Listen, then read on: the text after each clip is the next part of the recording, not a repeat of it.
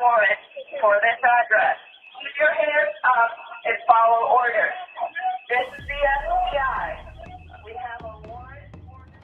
They handcuffed me and my wife out here.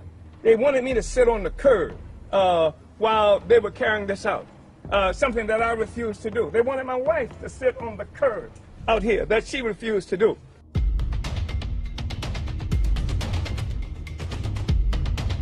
As I was coming out, this big old drone met me.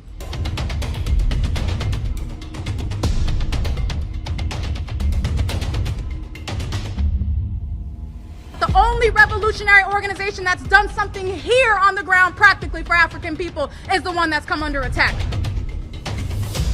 Institution that offers a community radio station, a newspaper, a commercial kitchen, an Aquaba Hall rental space, and community office for our organizers. That was the building that has come under attack.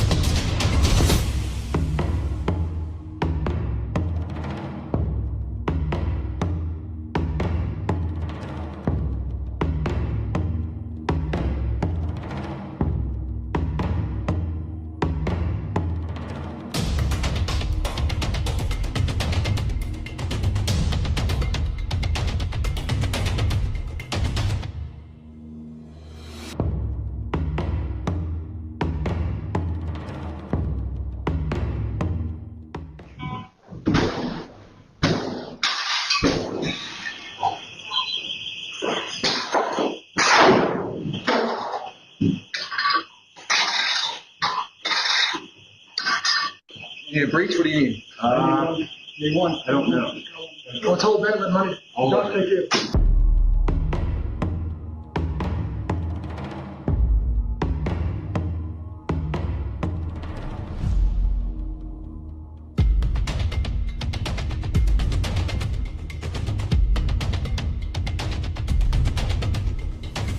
We will build a movement of white people that says hands off the Uhuru Movement. They see in the African People's Socialist Party a vanguard for the struggle for the liberation of our people. They see that because not just what we do here in the United States, but because we had the temerity to do like Garvey, to do like Malcolm X, and take the struggle of black people around the world.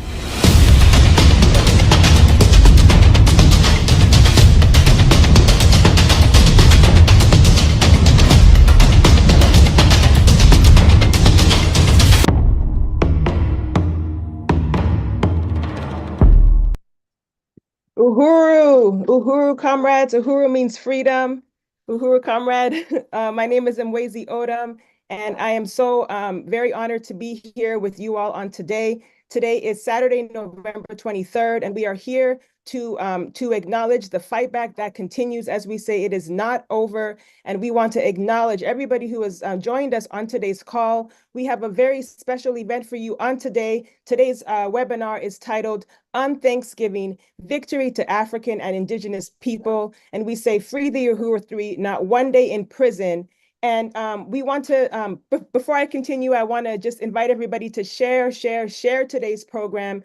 You can send family and friends, tell them to go to handsoffuhuru.org/register, or they can join us on Facebook, or also we are streaming on YouTube. I want to welcome my comrade and co-MC who's on the ground in St. Louis, Missouri, Chairwoman Penny Hess, who is one of the Uhuru 3. You will be hearing from Chairwoman Penny and the other comrades who are facing federal convictions in the courts, and we're going to talk more about that. So Uhuru Penny, and I know you're going to have some more to say a little bit further on, but Uhuru. Chairman Mwezi, it's an honor to be here. Right on. And I just, but before we begin, we want to make it clear that on December 16th, 2024, the U.S. government plans to send Chairman Omali Yeshitela and the Uhuru 3 to federal prison for up to 5 years for advocating for reparations to African people and talking about African liberation. This is why we are here on today. We recognize that there can be no justice on these stolen lands, and we want to salute the struggle of the indigenous people who have continued to fight for their freedom and the African liberation struggle that will be victorious in this lifetime. So I am here presenting to you this very exciting program on behalf of the Hands Off Uhuru Fightback Coalition. We are building the Anti-Colonial Free Speech Coalition and the Anti-Colonial Free Speech Movement across the globe. And on today's program, we have a very exciting program. As I mentioned, you're going to hear from the Uhuru 3, Chairman Omali Yeshitela, who is the main target of the FBI attacks in those videos that you just saw, founder of the Uhuru Movement and chair of the African People's Socialist Party. Also, you will hear from Penny Hess, chair of the African People's Solidarity Committee, and Jesse Neville, chair of the Uhuru Solidarity Movement, all named as the Uhuru 3.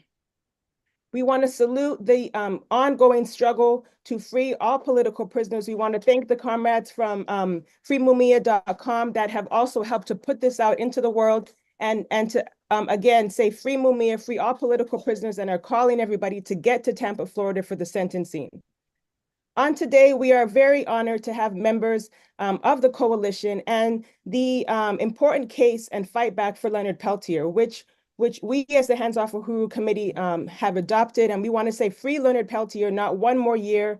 We are looking forward, yes, not one more year. We're looking forward to hearing from revolutionary professor, author, and activist Ward Churchill, who has joined us here on today, as well as comrade tracker Gina Marie Kinwin, who is with us also on today, who will be making a statement on behalf of the Leonard Peltier Ad Hoc Committee.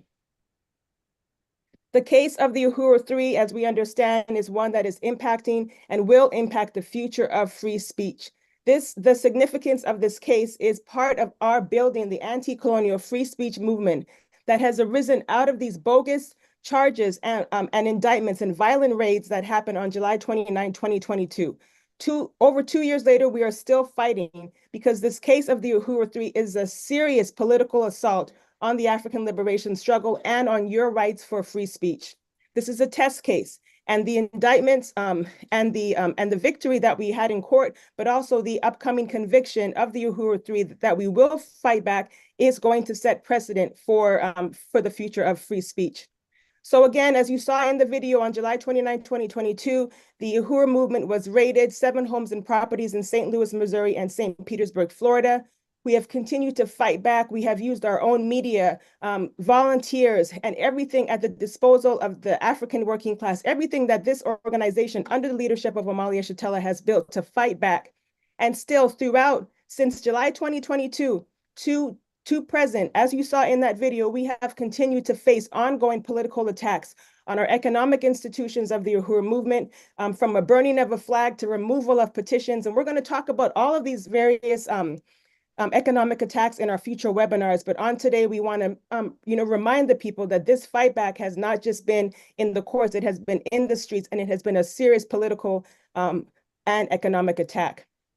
We held a press conference, we meaning the Uhuru Movement, the Black Power Blueprint, which is a program building power in the hands of the African working class in North St. Louis, ground zero of the raids, held a press conference fighting just for permits to build a bakery in the north side of St. Louis, which is known as a food desert, where African people suffer from just destitute and literally, poverty, where African people make less than $5 a day. Here we are, fighting just to build food and power in the hands of the working class. And I want to salute the fearless leader of the Uhuru Movement, Onezene Yeshitela, who is the architect of the Black Power Blueprint, which has brought, which has transformed the north city of St. Louis, Missouri, which you will hear more about in today's program.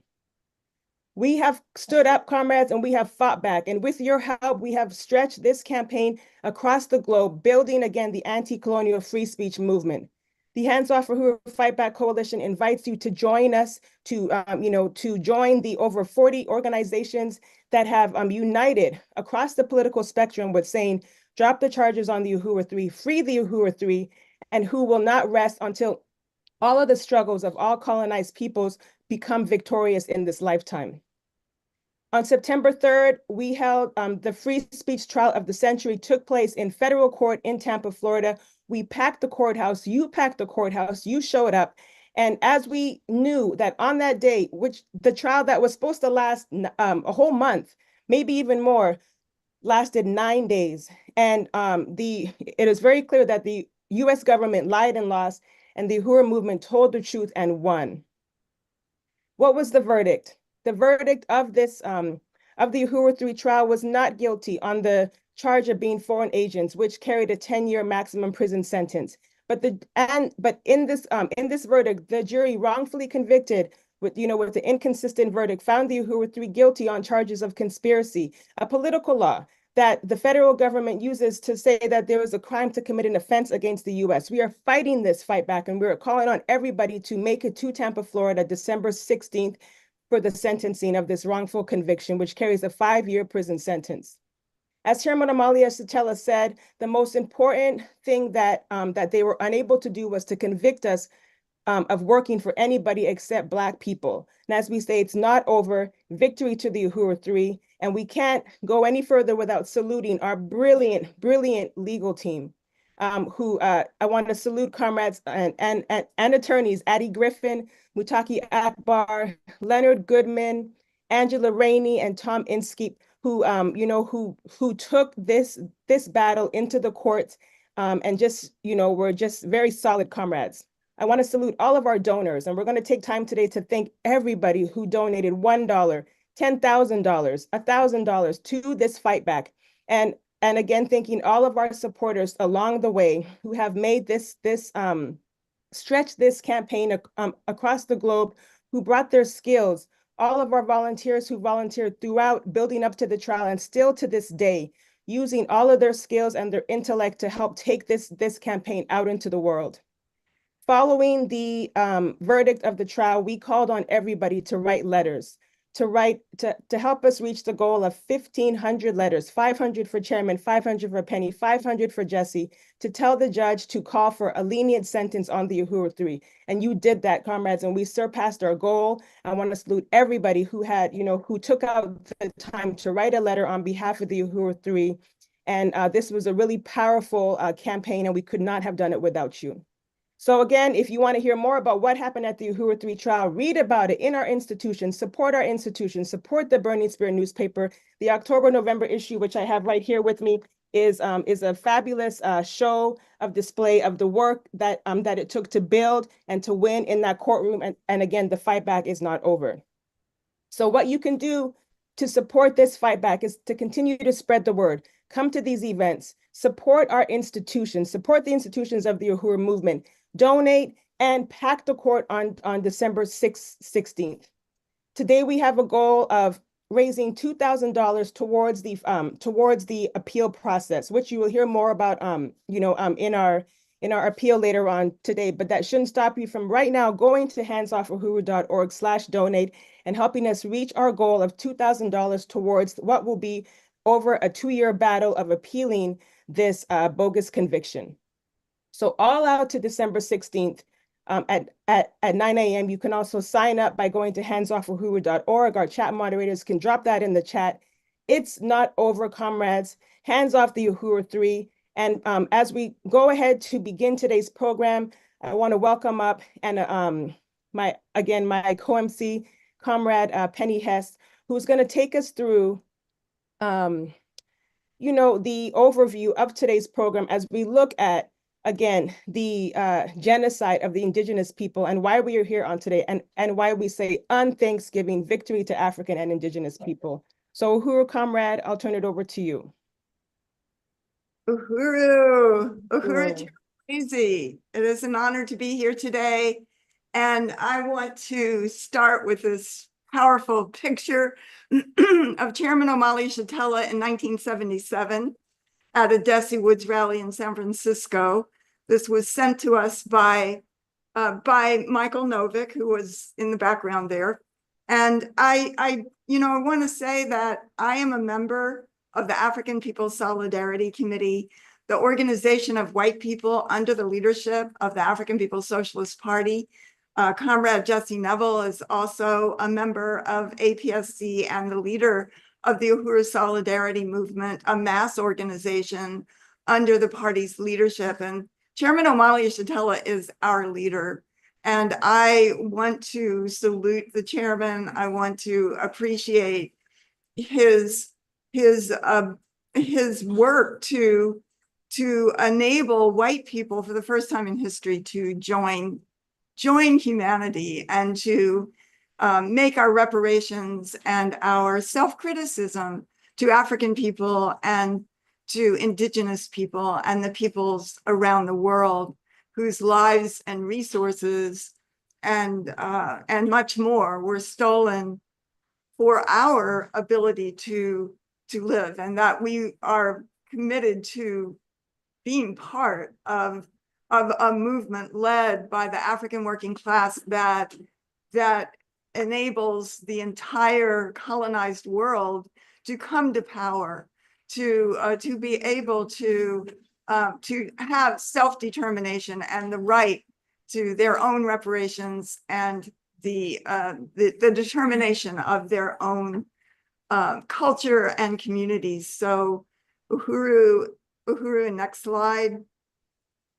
So the holiday that the US government celebrates as one of its biggest holidays of the year is what is called the Thanksgiving holiday, which is in fact a holiday which promotes eating too much and just the parasitic revelry on a system that rests on the foundation of the genocide of the indigenous people and the enslavement of African people.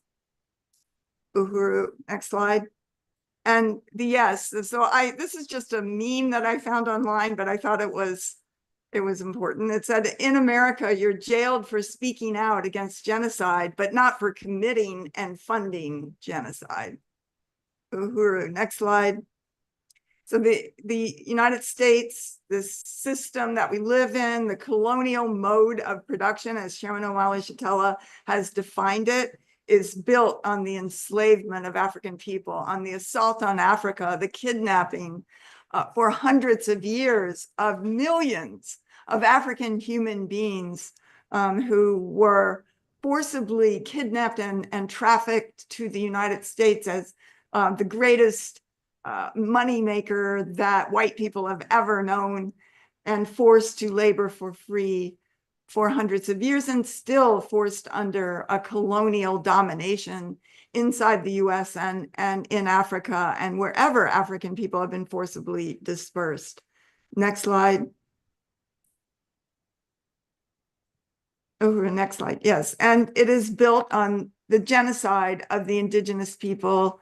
And we just put together a brief PowerPoint, but of course there is so much to know and to say about the vast expanse of the attempt by the white settler colonizers to completely wipe out the indigenous people whose land this is. And I'm talking about from Alaska all the way through to Canada, the United States, Mexico, the Caribbean, and all of South America. All of this was stolen and involved the genocide of the indigenous people who lived by the hundreds of millions throughout this entire hemisphere.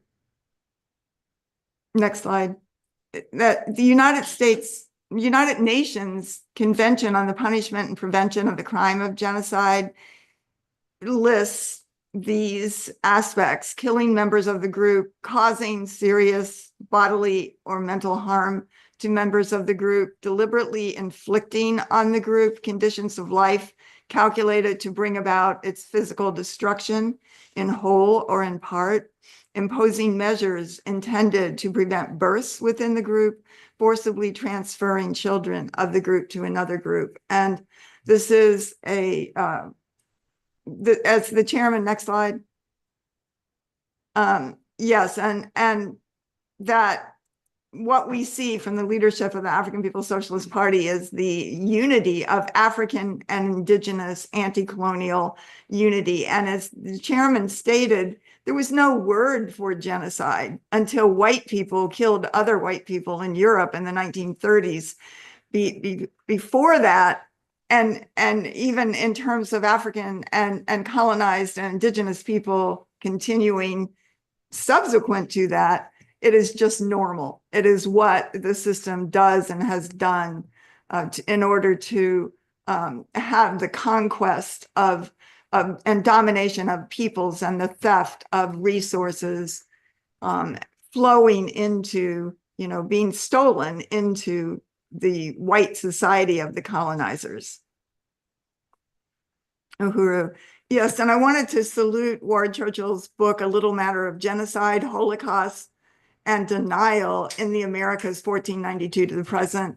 And this is one of the books that Professor Ward Churchill has written on the subject. But this is one of the main predominant themes, as you can tell from this book, is this whole question that the word genocide is still applied to white people who were killed by Germany in the 1930s and 40s, and not applied to the understanding of the genocide of the indigenous people. And just one little quote where he says, Professor Ward Churchill says, but preposterous as some of the argumentation has become, all of it is outstripped by a substantial component of Zionism, which contends not only that the American Holocaust never happened, but that no true genocide has ever occurred other than the Holocaust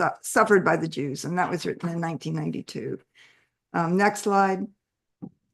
And Russell Means, also, who is quoted in the beginning of the book, A Little Matter of Genocide, said, I'm talking about the genocide that began the instant the first of Europe's boat people washed up on the beach of Turtle Island, a genocide that's continuing right now against Indians. There's not a crime against humanity that the United States hasn't committed, and it's still going on. And Russell Means is no longer with us, but he was an important leader of the American Indian movement. Next slide. Thousands of indigenous uprisings for liberation were held by indigenous people throughout this hemisphere, and most were met by U.S. genocidal counterinsurgency. Next slide.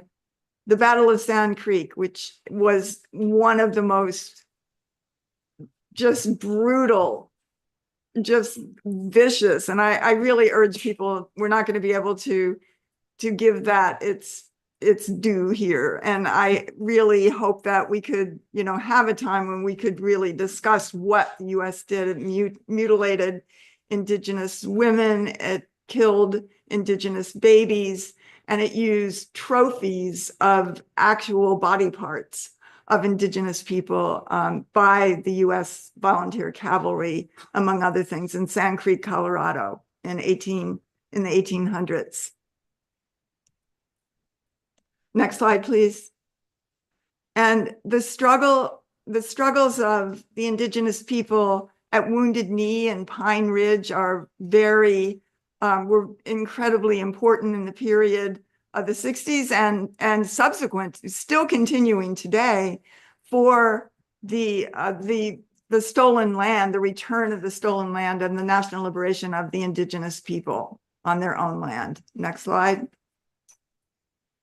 And the history of the genocide includes literally hundreds of thousands, if not millions, of indigenous people, children forced into what was called boarding schools, which was a place where the genocide was carried out in terms of culturally, but also physically, with every kind of murders and sexual assaults on these children as part of the attack on the indigenous people.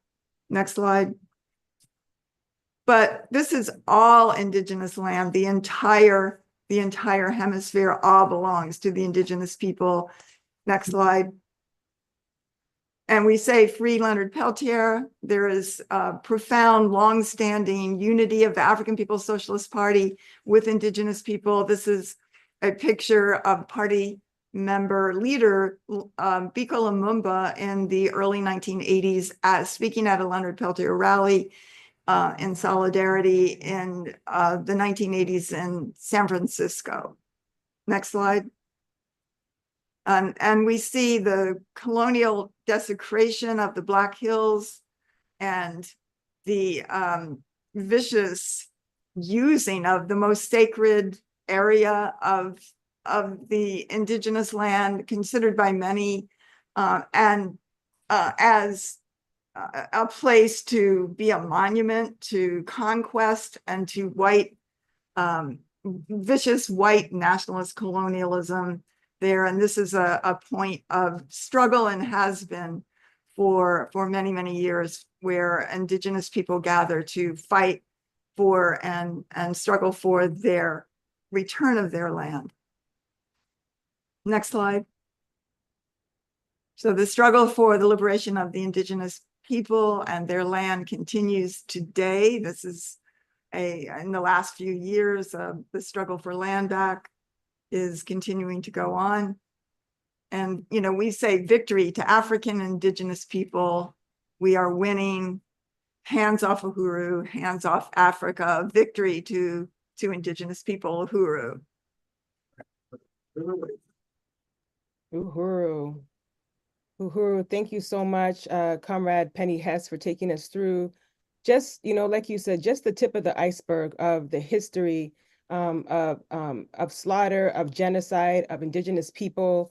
And, you know, we really want to, you know, continue today's program to, you know, under that, you know, recognition that this fight back is not over and that there is so much more to be said. And so I do look forward to us, you know, continuing to build programs and talk about this and to take this anti-colonial free speech out onto your campuses, into your communities, at that table. For those of you, you know, who are stuck having to go to these Thanksgiving dinners, as somebody mentioned in the chat, you know, bring this fight back, you know, to the people, because this is how we win. So just really want to thank you so much, Comrade. And in today's program, we want to also acknowledge some of the, you know, recent attacks and other, you know, how just talking about freedom and liberation and self-determination comes under attack. And so I'm going to turn it back to Chairwoman Penny to talk to us about recent legislation and some actions that we want people to be aware of. But before I do, I want to thank those who have already gone to handsoffuhuru.org/donate to donate to our goal of raising $2,000. I want to thank, I saw there are already some chats and some pledges that have been made in the chat, and we'll give you all an update soon. But go to handsoffuhuru.org/donate. And again, victory to African and Indigenous people. And thank you so much, Comrade. So I'll turn it back to you, Chairwoman Penny. Uhuru. Well, yes, I want to join in thanking the people who have been contributing and the people who are on. And yes, I see a lot of comrades who have been there with us from the beginning. And I see a lot of new people, new names, at least to me, who are on, and really appreciate you. This is the forward side of history, a very, very dynamic and important struggle. This struggle is led, again, by Chairman Omali Yeshitela, who is fighting for the victory to African people, which is in itself a victory to all oppressed and colonized people on the planet Earth.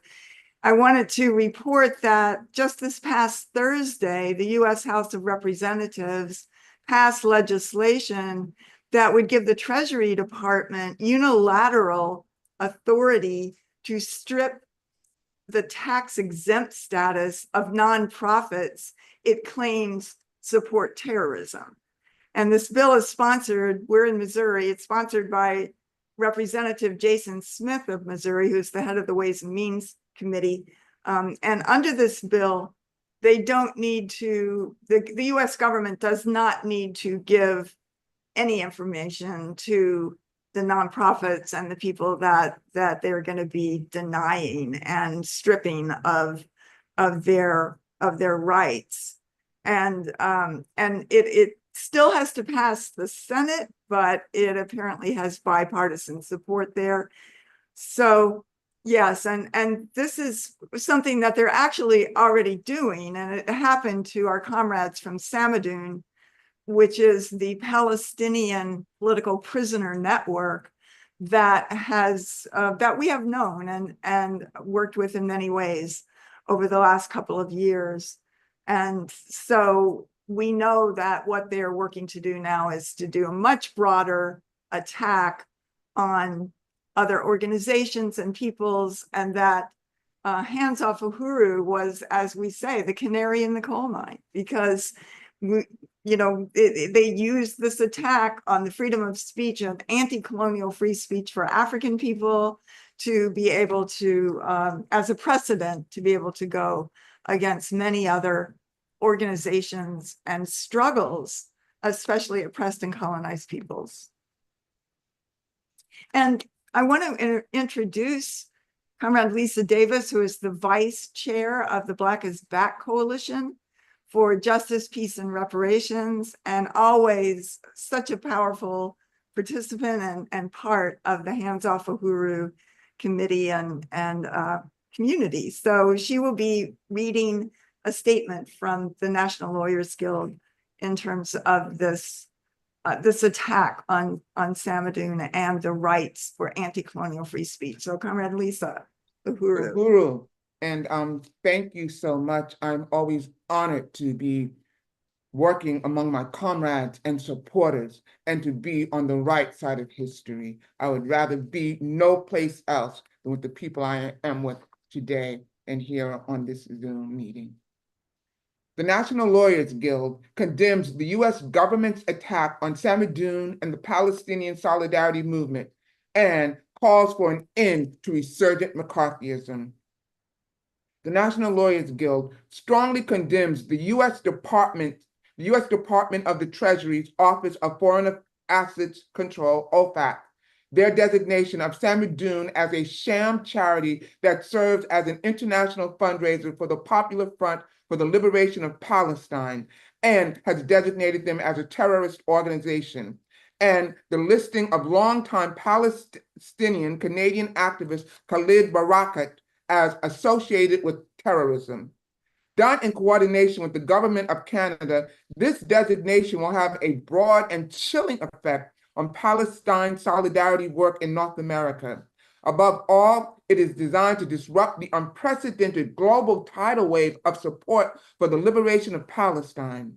The crackdown on our constitutionally protected speech is a worrisome development at any moment in time, but in particular right now, as social movements confront the US-backed Israeli genocide in Gaza and the Israeli war on Lebanon.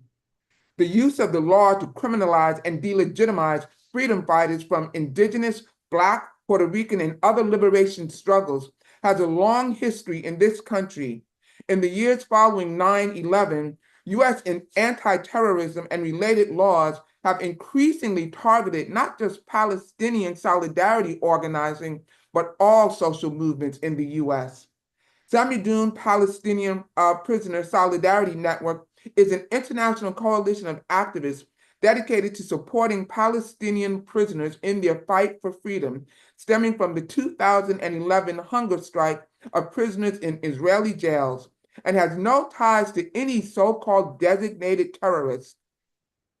The organization aims to raise awareness of the conditions, rights, and demands of Palestinian political prisoners.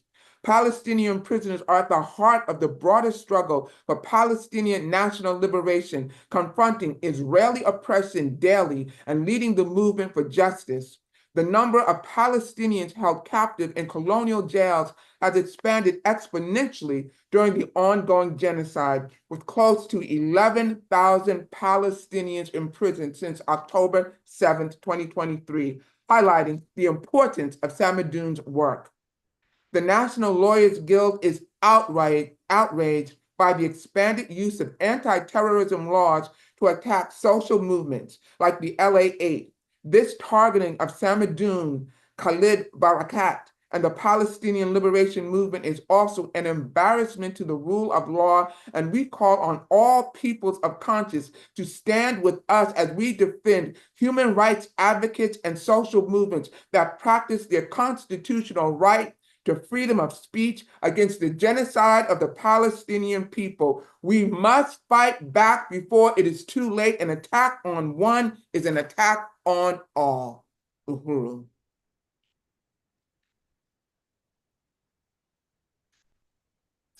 Vice Chair Lisa Davis.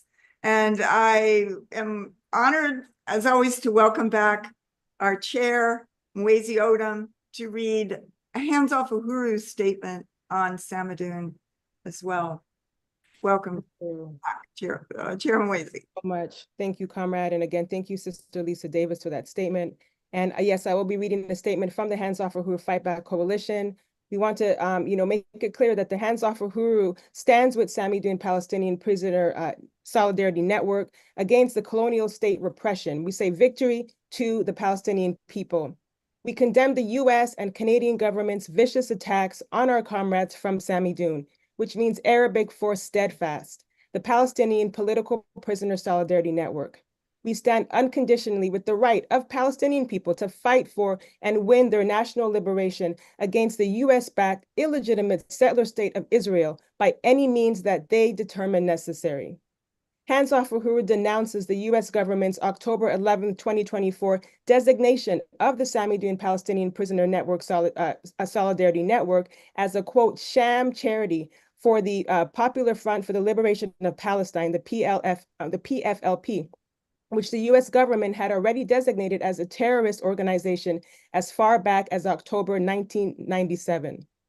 The US government has effectively levied economic and political sanctions on Samadoun, just as it has done with the Uhuru Movement, which is facing wide-ranging attacks, including on its financial institutions and programs. Hands Off Uhuru condemns these US imperialist attacks as another blatant and outrageous assault on the anti-colonial free speech following in the wake of the July 2022 pre-dawn military raids of 7 homes and offices of the Uhuru Movement, which has always fought for the total liberation of Africa and African people everywhere. We recognize that silencing the voice of any anti-colonial front is a blow to the right to free speech for everyone, and that victory and anti-colonial movement affirms the right for free speech for all. Hands Off Uhuru stands with Samadoun, understanding that all colonized people are our own liberators who determine our own strategy for national liberation and political independence. Hands Off Uhuru Fightback Coalition recognizes that the movements of colonized peoples are the main driving force of history, and that African, Indigenous, and Palestinian people stand together as different fronts of the same struggle against colonial domination inside the US and around the world. This latest attack on Samadoun is another vain attempt to silence solidarity with the righteous struggle of the Palestinian people to liberate their stolen land from the US-backed settler state of Israel. The US government has designated Palestinian liberation organizations as quote-unquote terrorists for decades, just as it has always waged a war against organizations leading the struggle for African liberation. So we demand an end to the colonial state repression of Samadoun and all other organizations and individuals exercising their free speech rights to advocate for the liberation of Palestinian, African, and Indigenous and all colonized peoples. We say hands off Samadoun, victory to Palestine, and free the Uhuru 3. Uhuru. Uhuru. Uhuru. Right on. Well, comrades, as we continue in this program, we are going to give a quick update before we move on into a short documentary that we're going to show for everybody. This will be just an introduction to some of the attacks that are taking place on the ground in St. Louis. So Chairwoman Penny is going to read a statement from Deputy Chair Ona Zane, who is the president of the Black Power Blueprint. And this is about the attacks on the Uhuru Bakery and the attacks by the city of St. Louis. Uhuru, comrade.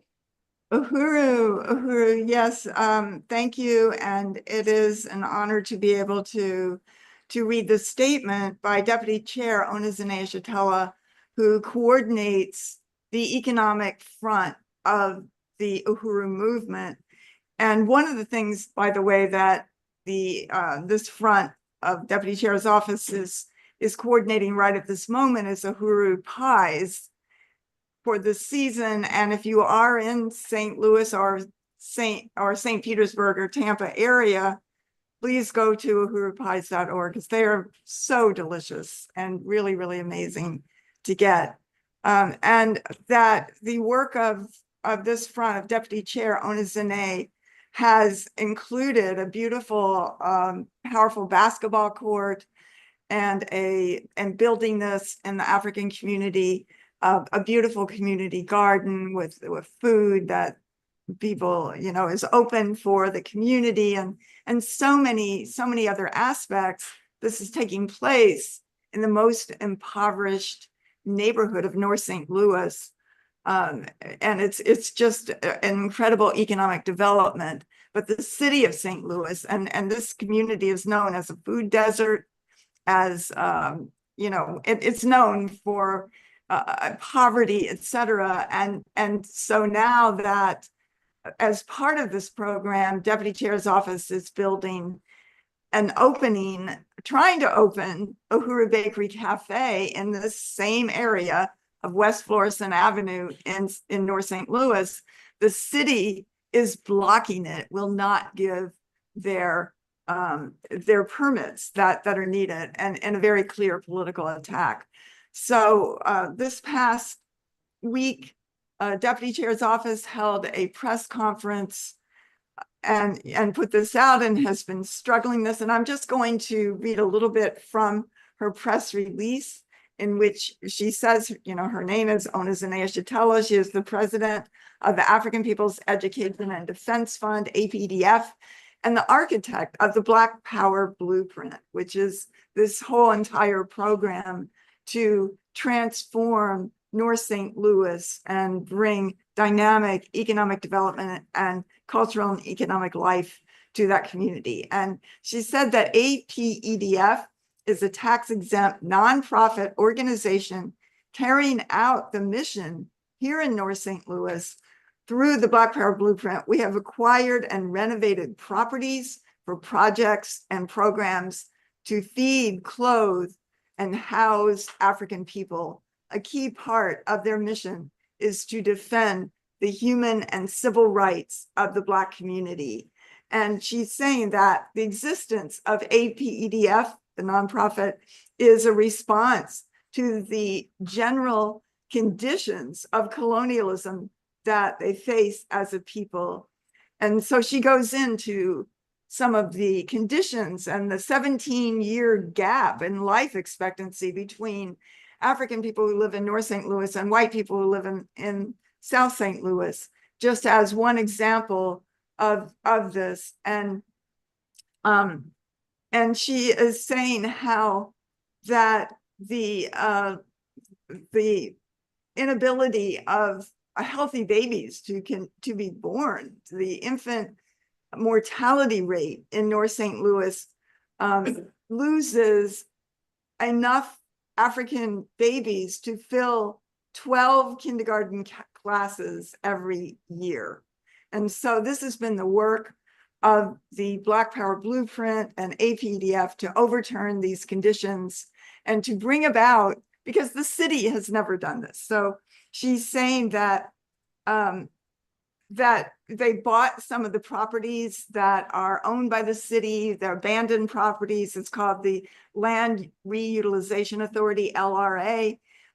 They thought that was going to be more available to the general African community to be able to buy that, but the city hasn't done that at all. APEDF was able to buy some of these properties, and she's begun the refurbishing of them, the renovation of these once abandoned houses. But she's saying that every step of the way, the city has put complete obstacles in the ability to do that. And one of the things that has been happening is that one white woman named Terry Rose has been going before the city to block these properties so that in the African community, one white woman would be able to influence the city to keep them from developing and building this whole dynamic revitalization. So this is talking about that struggle.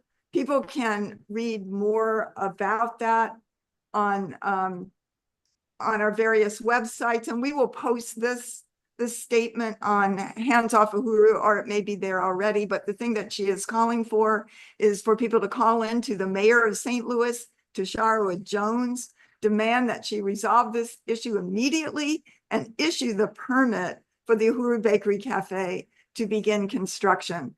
Her number is 314-622-3201 or email at mayor@stlouis-mo.gov. So yeah, so we want to call on people to take that on, and hopefully that could be posted up on the on this Zoom or in the chat. People could have that information.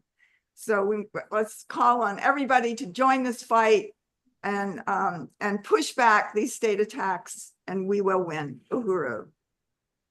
Uhuru, thank you, Chairwoman Penny. I'll make sure that the chat moderators have that information to drop into the chat, so we can, continue to wage this fight back against the political and economic attacks on the Uhuru Bakery Cafe, but also all of the work taking place to help rebuild the North Side development in North St. Louis. Thank you, comrade, and salute to Comrade Deputy Chair and all the comrades and volunteers of the Black Power Blueprint.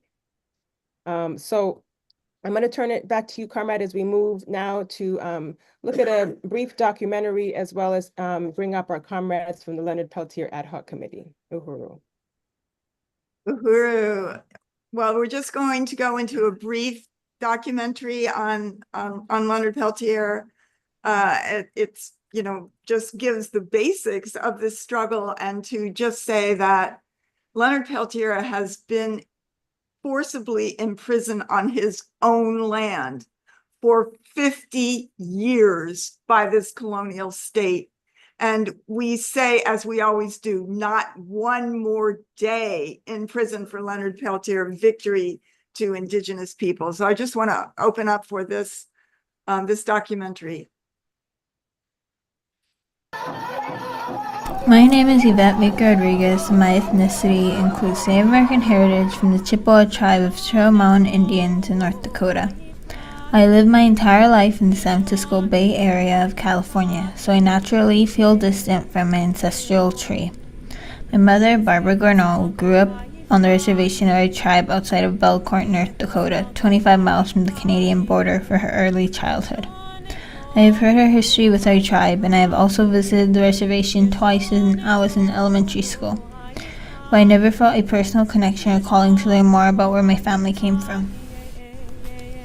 When I was a 5th grader, my school district held a powwow, a Native American social ceremony involving food, music, and dance, and invited me and one other Native student to become Indian princesses. The school officials brought other Native people to console on how the ritual was to go. I felt like I was actually becoming closer to my family's background. My mother beaded me a deerskin hide dress and a crown, both of which I admired greatly. The whole experience went well. It was held at the local adult school and included all the festivities I usually witness at the Stanford University Mother's Day weekend powwow that I had gone to annually. But after this short burst of exploration into my heritage, the program was defunded. I seemed to have put it behind me once I got into middle school, and I stopped using my family's history to help define me. But I do remember that one day during those 3 years, my mother told me I was related to Leonard Peltier. I do not remember what brought up the subject of my infamous second cousin, but I remember I was excited by the news because I hadn't ever recalled any of my other family members' acknowledgments of doing wrong or right. What I mean by that statement is, I had never witnessed anyone close to me be so revered as an inspiration for such a worthy cause. Once I learned the secret about my family, I did some research on Leonard, and I learned the basics of why he is currently being housed at Coleman Penitentiary in Florida. The story I put together from reading articles, watching 2 documentaries about him, and listening to music written about his story.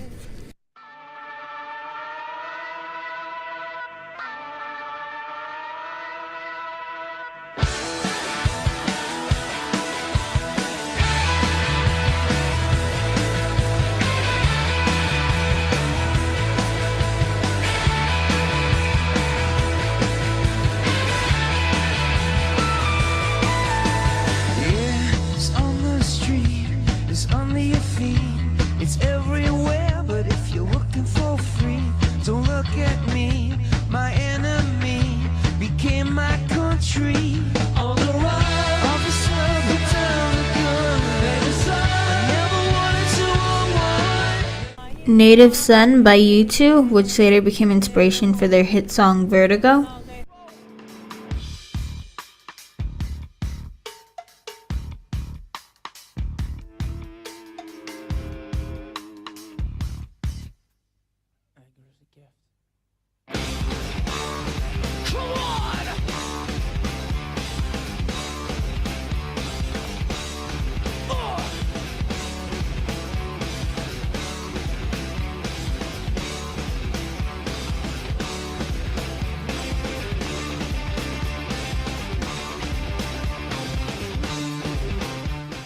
And Freedom by Rage Against the Machine, who dedicated their music video to him.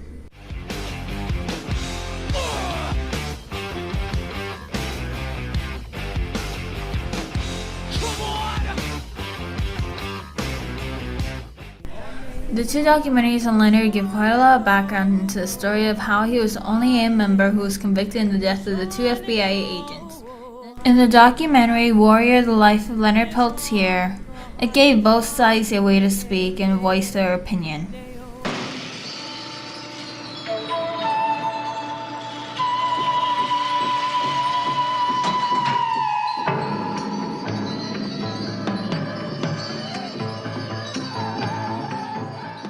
While Linda Oglala gave more of American Indian movement perspective of what happened in Leonard's case. They were there to make trouble. Because you've got two FBI agents there to serve a warrant that they don't have on someone who's not there. It's pretty thin. I also found these snippets to help me develop my own understanding of what happened and how it has been seen in the public's point of view. My case has been throttled from the moment they had grand jury hearings. They had somebody on the grand jury hearing testifying against that I'd never met in my life. And from the extradition from Canada, they violated international laws. And then at the trial, they had admitted race. From a federal prison. At the trial, they had admitted races on the jury. They wouldn't allow me to put up a defense. And manufactured evidence, manufactured witnesses, tortured witnesses. The list just goes on. Russia seemed to revere him more than the US, though there's a lot of support from Native activism groups. Mention the name Leonard Peltier to Americans in Times Square, and chances are you will be met with blank stares. Mention it in Red Square, and you have named a hero. Leonard Peltier? Ну, здравствуйте, индийский. Да-да-да, слышали, да. Peltier? Конечно. He is the subject of posters and rallies. The man the vast Soviet propaganda machine believes to be the best living example of American injustice. Overall, this has been my compilation of what I found in my exploration of Leonard's life. Lastly, I shall share one of Leonard Peltier's many artworks, his poetry. Listen to me, listen. I am the Indian voice. Hear me crying out of the wind, hear me crying out of the silence. I am the Indian voice, listen to me. I speak for our ancestors, they cry out to you from the unstill grave. I speak for the children yet unborn. They cry out to you from the unspoken silence. I am the Indian voice, listen to me. I am a chorus of millions, hear us. Our eagle cry will not be stilled. We are your own conscience calling to you. We are you, yourself, crying unheard within you. Let my unheard voice be heard. Let me speak in my heart and the words be heard, whispering on the wind to millions, to all who care, to all with ears to hear and hearts to beat as one with mine. Put your ear to the earth and hear my heart beating there. Put your ear to the wind and hear me speaking there. We are the voice of the earth, of the future, of the mystery. Hear us.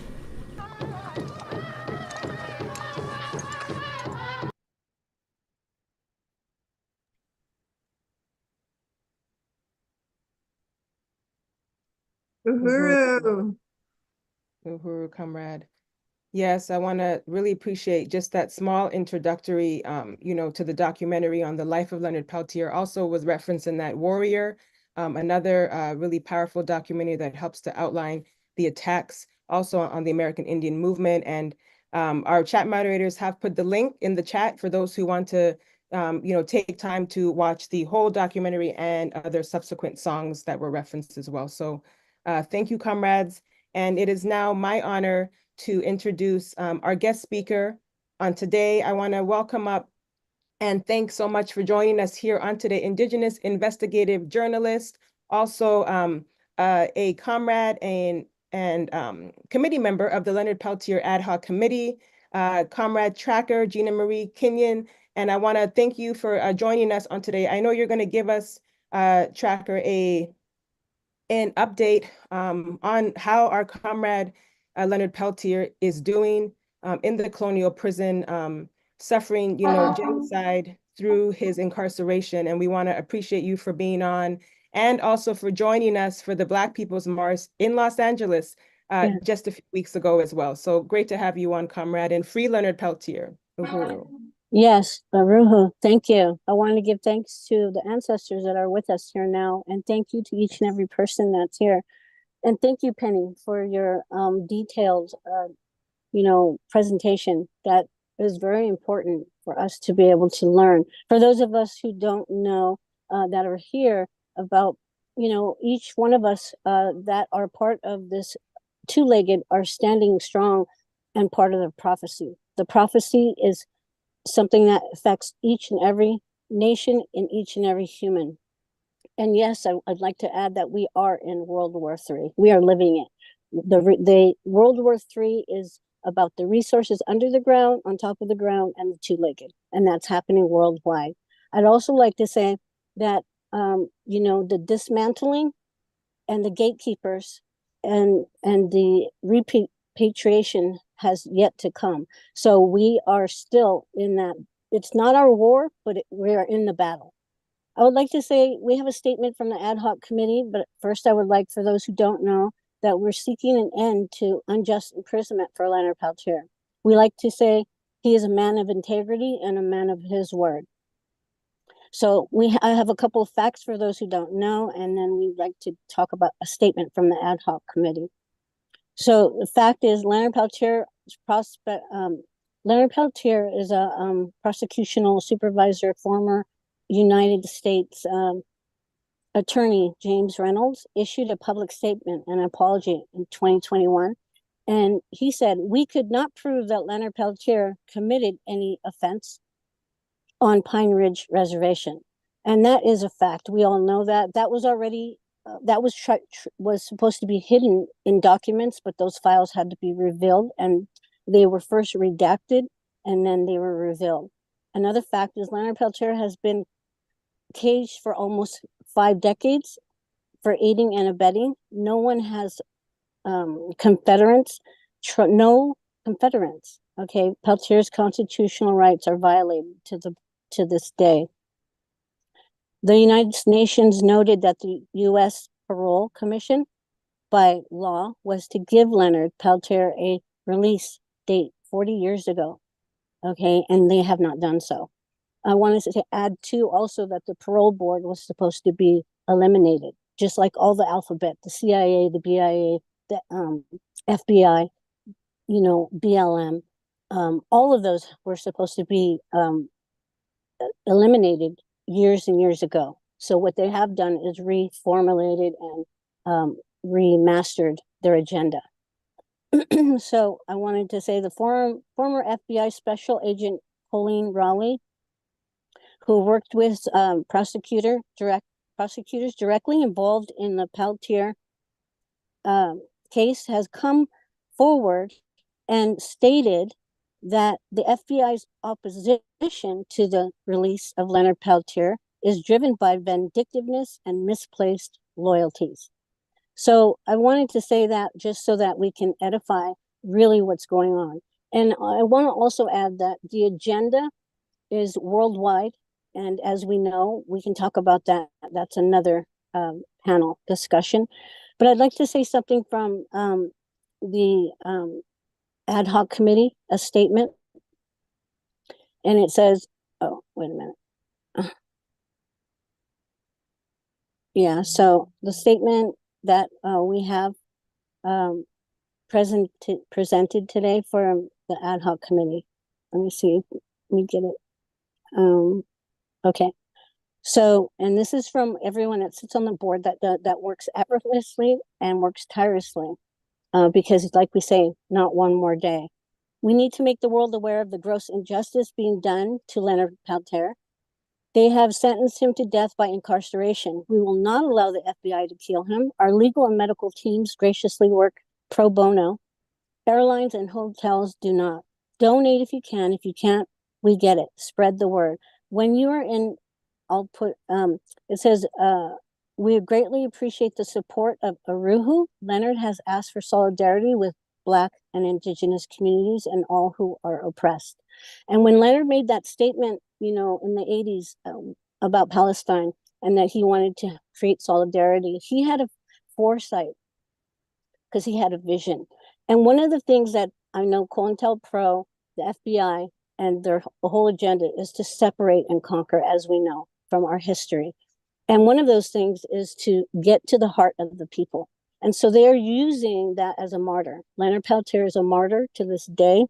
And we need to make sure that he is honored and that his word and communication gets out to the world so that they become aware of who he is before he is gone. And we know that he is a man of his integrity. When they removed him from Canada, he kept his word. That's what he has said many times. He kept his word and they have not. So just as time, you know, and history repeats itself, you know, they have come in and they have tried to dismantle and create economic injustice for all Indigenous peoples. And now it is affecting all nations and all people. So Uhuru, thank you. I want to thank everybody that spoke and that is going to speak. And it's an honor to be here. Thank you. Uhuru, thank you so much, Comrade Tracker. And, you know, just on behalf of the Hands Off Uhuru Fight Back Coalition and the African liberation struggle, I just want to, you know, join and unite in saying not one day in prison, free Leonard Peltier. And like you said, to salute the relentless work of the ad hoc committee over, you know, 5 decades of imprisonment. And we will free Leonard Peltier in his lifetime. And I just want to appreciate you. And I hope that you can stay on if comrades or anyone has any questions. So thank you so much. Yes, thank you. Can I add one more thing? I would like to Yes. say that all the organizations that have happened and organized in the last 25, 30 years, American Indian Movement has been one of them. And for my lifetime work, I have seen that the aunties, the uncles, the brothers, the ones that have moved on, have given us permission to reorganize that. Okay. And that's what they know. So when she talked about the bill, when Penny talked about the bill that they want to pass, it's because of our organization that we are stronger. And so we are reorganizing, we are strong, we are on the front line, and the American Indian Movement is grassroots, and some of us are not a nonprofit, and that's for those reasons, because once you become a nonprofit, as people know, then they have a grip on you federally. So that's why we resisted in the 90s the casinos and the federal recognition. So I just wanted to add that. Thank you. Yes. In solidarity. Yes, that's a great point. And like you said, we are winning. And because of this fight back, you know, that this is how, you know, the state will come even harder when they see that the people are also relentless. And someone put in the chat, Tracker really represents what it means to be, quote, boots on the ground. So thank you so much, Comrade, for your fight and your representation of the Leonard Peltier Ad Hoc Committee. And thank you. And before we bring up our next speaker, I want to just again thank everybody who has gone to handsoffuhuru.org/donate to contribute to this fight back. And also before we move, if our chat moderators can also put information about the Leonard Peltier Ad Hoc Committee in the chat once more so people can learn more about how to support the comrade.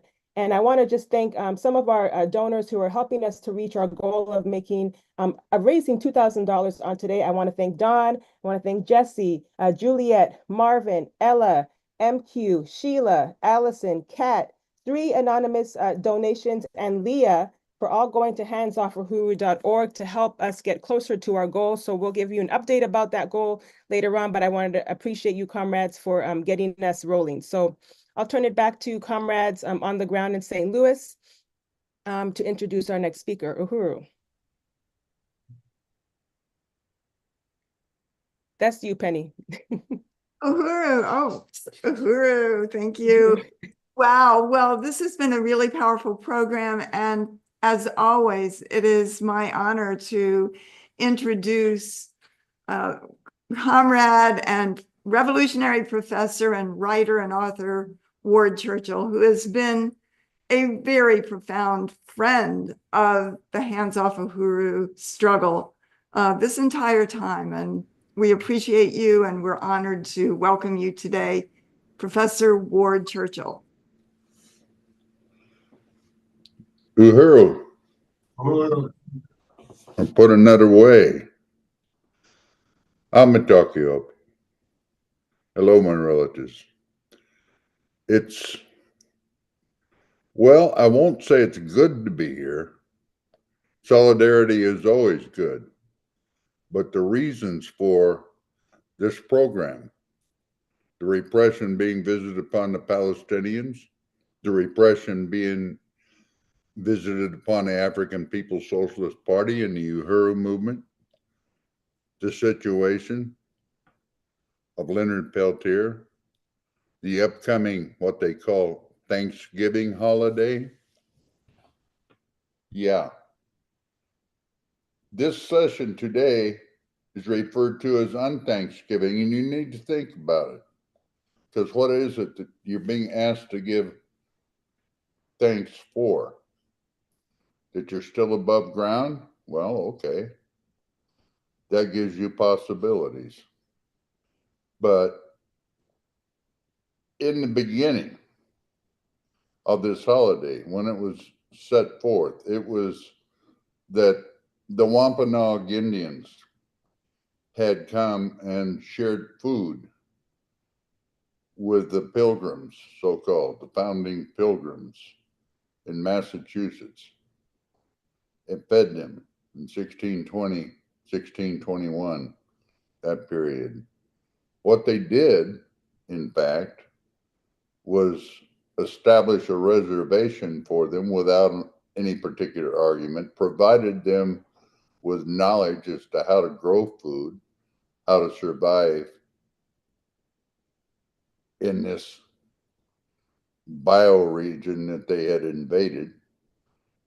Yeah, all good, or so it seems, aside from the fact that there was a smallpox epidemic which had eradicated the best part of the Wampanoag and most of the peoples of what was to become known as New England already, that one of the native people who had been taken by John Smith in 1614 when he visited the area, a guy by the name of Squanto, told people when he got back that the smallpox could be spread by the English, by the Pilgrims, at their own discretion, and that they stored the means to do this under one of the structures they'd set up on Squanto's own home site, own town, Patuxet, which was renamed Plymouth. The entire population had been eradicated by the disease already. To strike fear and intimidation. 17 years after 1620 landing, Captain Underhill, one of those proud pilgrims, surrounded the Pequot village at what was known as the Mystic, on the Mystic River, surrounded it at night, set it ablaze as the Indians came running out of the village. They were hacked to pieces with axes and broadswords. A contest was had to see who could come nearest to severing a man in two. I would say a full-grown man. I meant that intentionally. Severing one stroke with a broadsword in two, killing about 800 people. This was the commencement of a war against the Pequots, who were resistant to the spread, the expansion of the English colonies in the area, that was pursued to such an extent that the Mystic River was renamed the Thames. Mystic Town no longer existed, became New London. Pequot was a word that was stricken from the language. One would not, on criminal penalty, be allowed to say it. Pequot no longer existed. And this was explained to the children what was going on with a little jingle that went like this: rats and mice and swarms of lice that people may destroy. And there's more to it than that, but that's the key verse. Vermin, lice. Okay, you can follow that linguistic trajectory on through history, because this is the mode of expansion. Indians are pushed off the land in fear, or slaughtered when they didn't. In Northern California, which is now known as the murder state because the extermination of the entire indigenous population was ultimately so complete that you have a famous book called Ishi, Last of His Tribe. Actually, he wasn't, but he was thought to be the last surviving member of his people. And he was kept alive by Alfred Kroeber, an anthropologist in Northern California, by virtue of keeping him in a museum. He was a museum exhibit. That was the nature of his survival. But the noted thing linguistically is that a guy by the name of Hall in California referred to Indians as lice, had to exterminate the lice. In short order, in northern Utah, just prior to the Bear River massacre of Shoshones that happened in 1863, the officer in charge, a general by the name of Connor, told his troops to bear in mind as they attacked, remember, nits make lice, meaning baby Indians grow up to be adult Indians, so kill the babies along with the adults. More famously, a year later, a Methodist minister, volunteer cavalry commander by the name of Shivington at Sand Creek, repeated that instruction: kill all big and little. Remember, nits make lice. And they did. They slaughtered. And as Penny Hess was remarking a while ago, did a thoroughgoing job of mutilating the remains, turning them into saddle ornaments and items to be worn on hats, and fashioning genitalia into tobacco pouches and scalping all, big and little. Yeah. And then had a triumphal parade down the main street of Denver when they returned from their little expedition to Sand Creek. And the entire population turned out to cheer them. And the Rocky Mountain News said this was a martial feat that would be celebrated forever. Well, I don't know about celebrated, but for a variety of reasons, it's one that's remembered quite well, at least in some circles. In others, it's simply denied. And the denial is key. There's a lot of things that being denied now. Denied that a Black Power organization, such as that headed by Omali Yeshitela, would hardly be signing up to be front men for whatever else can be said about them, the white people who are known as Russians, and do their work for them.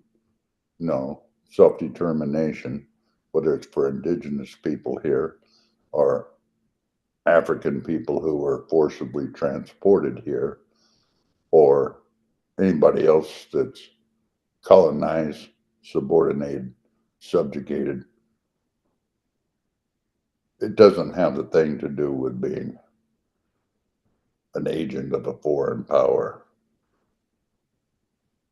Once upon a time when I spoke at a Uhuru, well, it was the African People's Socialist Party at the time, I believe, that sponsored the event in Berkeley that I was speaking at, but I pointed out that I had been active ever since returning from Vietnam, and that I had called for U.S. to be out of Vietnam, U.S. to be out of Southeast Asia, and as time went on, you know, my consciousness was expanded, my experience was expanding, and U.S. out of Southern Africa, U.S. out of Central America, U.S. out of, and I allowed us how I was getting really tired of talking about all the places the U.S. should get out of and where the U.S.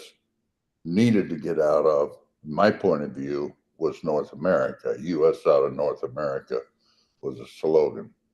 So in solidarity with all people involved in anti-colonial struggle and the prisoners of those movements who have been consigned to death by incarceration, whether that is Mondo Wilonge or David Rice,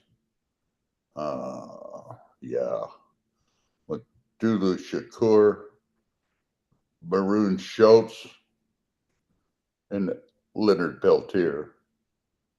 My brother, my relative, Leonard Peltier, is 50 years in lockup and is being held under worse conditions than ever. Yeah, genocide takes many forms. It is ongoing. The genocide to which the Palestinians are subjected at the present time is self-evident, but it's been self-evident for anyone who wanted to look since 1948, really. The genocide to which African people brought here as chattel been subjected, which is ongoing. That's been obvious to anyone who wanted to look, and whether you're talking about the diaspora population here in North America or points south in the hemisphere, the African genocide was imposed on Africa in a shatter zone, and we had a shatter zone here. It wasn't just killing and just being forcibly removed, but also there were more indigenous people being transported out of Charleston, South Carolina, which was the main slave port, to the Caribbean than there were Africans being imported into North America for a period of time in the 1600s. Yeah. All of those things, which are the heritage and the legacy of trauma and genocide, is a representative of an ongoing genocide, and the people that I named, the people who are doing time for resisting this, whether it's Leonard Peltier or Matulu Shakur or any of the rest, they are symbols of liberation. And we, acknowledging them as martyrs, acknowledging them as all the rest, should salute them for the nature of their struggle and understand the terms of combat are defined that way, whether it's the FBI running these armed raids in St. Louis, in St. Petersburg, or any place else that this is happening, and where it's happening is almost every place else all the time. Being unconscious of it, celebrating with overeating on a day, which is the day after the Sand Creek Massacre, the date in history, and the day before the Washita River Massacre, a month before Wounded Knee, and I could keep on listing them off. This is the reality of the society in which we live. We need to come to grips with that. We have to come to grips with that because the stakes are through the roof, having to do with survival itself, not just for people, but for all of our other relatives. That's what Leonard fought for. That's what all of them fought for. That's what we must fight for. No Thanksgiving, day of mourning. Mitakoyasi in Uhuru. Uhuru. Wow, thank you so much, Comrade Ward. I really want to appreciate just how you started your presentation, everything in between, but also how you ended. It is a day of mourning, and it's a day, as you said, if you are still above ground, then the only thing that is left to do is to fight back. And I want to really salute and appreciate your long time struggle in the fight back. Like you said, you have been in this and, through the process become politicized, and just the understanding of what genocide means, what that term actually is. And, it, as the real definition just is the deliberate and systematic destruction of a national, ethnic, racial, and religious group. And everything that you mentioned in your presentation speaks to the long standing genocide. And I think our chat moderators may have put a link to your book also in the chat, A Little Matter of Genocide. And so thank you so much, Comrade. And I'm sure you'll stay with us. And go ahead. That's all. I'm just agreeing and saying I will stay. Yes, right on. Thank you, Comrade. And I see Penny's on as well. I just wanted to join in really appreciating your powerful presentation and the history and the current struggle that you represent. And always, every time you are on our Hands Off Uhuru webinars, it is always very, very important. And I also wanted to urge people, because Professor Ward Churchill has many books, and you can see them at thrift books or at Amazon, and including his book, Kill the Indian, Save the Man, The Genocidal Impact of American Indian Residential Schools. And so many other fronts of this question of genocide, but also Agents of Repression, and some excellent history and analysis of the US government's counterinsurgency, COINTELPRO, and other programs that attacked the African liberation movement and the indigenous movement of the 1960s and 70s, and continues to attack them today. So just really want to express my unity and appreciation of your presentations and all your body of work throughout your lifetime, Uhuru. Uhuru. Thank you. Yes, thank you so much, Sherwin Penny, and to salute all the comrades representing the Leonard Peltier Ad Hoc Committee. Thank you, comrades, for joining us on today. And I also want to mention Comrade Don, who's in the chat, Attorney Jennifer Jones, who is, fighting this struggle in the courtroom for Leonard Peltier, and as well as the other attorneys, and Comrade Opium. And if I keep going, I'll forget many. So I just want to say salute, and Comrade Paulette Dotier. I gotta mention Comrade Paulette. So Uhuru comrades, thank you so much.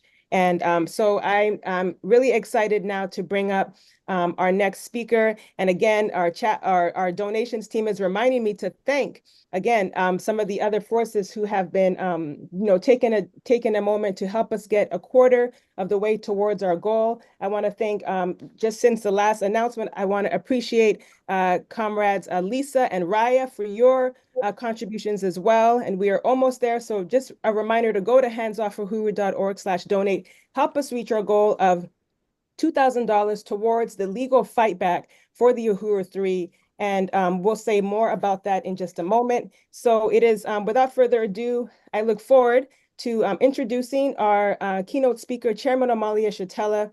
Chairman is the founder of the Uhuru Movement, leader of the African People's Socialist Party, and has fought relentlessly to bring us to this period where we are now, where you are hearing everywhere, and you cannot deny the word colonialism, where everything that we have discussed on today, everything that we see around the world is a system, a mode of production that has locked us all into the same struggle. Others struggle and others benefit from it. Chairman Omali Yeshitela has provided us with the blueprint on how to fight back, built on decades of fighting back for the African liberation struggle and all indigenous people as well. So I really am grateful to have the chairman here, the main target of the Uhuru 3, the comrade who we will see victorious in this process. Chairman Omali Yeshitela, welcome on the ground in St. Louis. Uhuru. Uhuru, I want to express my appreciation to Secretary General, Comrade Mwezi, not only for the introduction, but for the incredible work that she has been doing along with Comrade Penny Hess in providing leadership for the Hands Off Uhuru campaign. Also, Comrade Ward, he referenced the fact that we've had a long-standing relationship. It goes back a long time, and the fact is that we worked with the American Indian movement. I was in Big Mountain in Arizona when the Diné were under attack, and there was an assumption that the federal government, the same FBI organization that's responsible for the assault on Leonard Peltier and Pine Ridge and on our organization and offices in St. Petersburg, Florida, and St. Louis, Missouri, that they were planning to attack the Big Mountain because they had discovered uranium there. And just like every instance when they've placed the indigenous people in various concentration camps throughout this country, they will discover resources there, the same resources that brought Europeans or people who came to be known as Europe to this place in the first place. They found more. And so they would move the indigenous people. They would make a tax on them and what have you. I think that's part of what Custer was about when he met his fate. So we were there. And we've always recognized a really deep and profound relationship. And we've always recognized that when we were brought here at gunpoint to this land, and that we had no friends except for the indigenous people, and that there were deep and profound relationships that developed, and blood relationships, and we fought wars and battles together throughout what is called Florida and Georgia and many other locations. Even the Seminoles, as came to be characterized, Cherokees and Creeks, I mean, had deep and profound relationships with African people. We fought, and that the U.S. government waged an incredibly fierce and relentless struggle to separate us, to create divisions and things like that, because together it was impossible to defeat us. So I want to just express that that we are talking about Comrade Ward, and we're talking about Leonard Peltier, but we recognize that Comrade Leonard Peltier and Comrade Ward are representative of a social system that was born at the expense of African people, indigenous people, and Palestinians for that matter. And I think it's necessary to speak to this question of Unthanksgiving Day. And because we have to talk to the process that brought us collectively here, to this meeting, to this relationship that we continue to build on. The Thanksgiving Day ceremony, celebration, that was created as a part of the process of consolidating a national identity of the colonizers in this country. It's part of those things. There are several things, holidays, et cetera. The point is to consolidate a national identity, because you got to remember when these Europeans, people who came, Europeans first came here, there was no national identity. So the process of killing indigenous people, taking the land here, enslaving African people went into the fabric of the national identity of the people here. It's deep and deep into the culture and consciousness of the people. There is no such thing as an American prior to the attack on the indigenous people. It doesn't exist. There's no such thing as an American consciousness, but prior to the assault on Africa and our kidnapping and being forced to labor in the process, and things like Thanksgiving are part of the consolidating national identity that came about. And so when we say Unthanksgiving Day, what we are talking about is rejection of the process that brought us, this parasitic process, bloody process that brought us into this relationship, a bloody process that including trained dogs that were trained to eviscerate, to tear the guts of indigenous people, including the fact that when the people who came to be known as Europeans got here, there were no horses here, so that they would literally jump on the back of an indigenous person and ride that person like an animal, like a beast of burden. The fact that the practice of rape, and particularly of 10-year-old indigenous girls, that was how this whole national thing got consolidated, a national consciousness, the contempt that's expressed in 1,000 different ways at indigenous people, at other people, that whose resources and identity, culture, dignity, and what have you came under assault.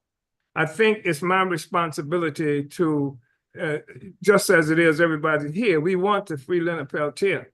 We say, free Leonard Peltier, free Leonard Peltier. We want not only to say free Leonard Peltier, however, we have to say victory to the indigenous people. We have to say victory to the people who were fighting back at the time the FBI came in and murdered all kinds of people at Pine Ridge, because we cannot allow them to isolate Leonard Peltier from the struggle of indigenous people whose lands occupied by parasites, by people who achieved identity through the process of killing indigenous people and taking their resources. We have to say victory to the Palestinian people who fell also, who are under the crush. And there's an incredible history here that most of us don't know, because the government doesn't allow for free speech around these questions, and the government media that they like to pretend doesn't exist, as they like to say there's no such thing as a state media here, but there is state media here. And the government media, I mean, like the New York Times and the Huffington Post and the Washington Post and all of these other entities, and your local newspaper for that matter, they don't want this discussion to occur. They engage in self-censorship. So there is no discussion about what happens to the indigenous people, what happened. In fact, as you know, right now, we're seeing situations where throughout this country, local governments are preventing, making illegal, teaching the history of African people, teaching anything that they say would make white children feel uncomfortable. And I don't think, I think that's the colonizer speaking and the ruler speaking, because I think there's no such thing as truth making people uncomfortable unless they have a stake in hiding the truth and keeping the truth from being told. And the fact is that the African people have to tell the truth, because we cannot find our freedom without telling the truth. The indigenous people must tell the truth, must explore the truth, as opposed to the colonizers and the oppressors who must necessarily obscure the truth. They can't tolerate the truth being told. So we have to say that this relationship that we have with what they like to refer to as the West, although it has nothing to do with geography, it really means the white man. It means the colonizer countries, because you have a West that includes Germany on the one hand, then includes Israel on the other hand. It includes New Zealand and Australia. It includes the US or white people. This is the West that they're talking about. It's a colonial designation, just like race is a colonial designation to obscure real, genuine relationships. But the fact is that we live in a world that was brought together. It wasn't always like this, as I mentioned, just in terms of the consolidation of national consciousness of a people that would be characterized as Europeans. Came about as a consequence of an assault on this land, and this land, I mean the United States, characterized the United States, this territory that I live in, and that from which I'm speaking right now. But we are dealing with a struggle that has an origin at least 600 years old, when Portugal, feeble, tiny Portugal, struck out and initiated the process of capturing African people, transporting African people, being in the vanguard of much of Europe that was trying to discover the gold that Mansa Musa had displayed. And when in his long trip from across Africa, from Mali going to Egypt, and where he had something like at least 6,000, may have been as many as 60,000 people in his retinue. And that where every place he traveled, he was giving away gold and building mosques and things like that. And there's a tremendous amount of resource. And you're talking about in the 1300s. In the 1300s, this is pre the emergence of Europe. In the 1300s, this territory where most of what we call Europe living, it was incredibly impoverished population that we are talking about. So that in England, in London, that actually people were so impoverished and hungry that they were eating their animals, their cats and dogs and babies. And this is a little truth. I'm not saying this to, generate some kind of click, what do you call it? Click bait. This is real truth that happened. And so there was starvation. And then the 1300s, again, is when Mansa Musa, where did this gold come from?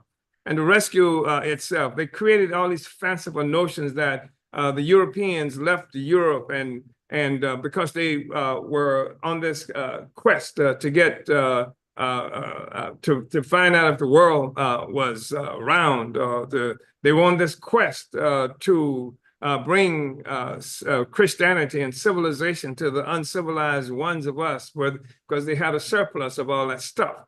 But the reality is they were starved and they were hungry. And so they initiated this process. You can go back, you see all the stories. I mean, even the stories that we were taught in school as children, that they were chasing spices, looking for nutmeg, which is extraordinary. You just go, I mean, you're talking about poverty when a group that proclaims that it was ignorant of whether or not the world was flat would get on a ship and not know if they were going to sail off the planet, off the earth, looking for nutmeg. That's a state of real poverty and desperation that we're talking about. But they flipped the script, and it's we who were starving. Even when we were children going to school a long time ago, and they would teach about this Thanksgiving thing. It was the white man, the pilgrims who were teaching the indigenous people, like how to live and how to eat and et cetera. So this is part of the trope that we've been fed. But the point that I really want to make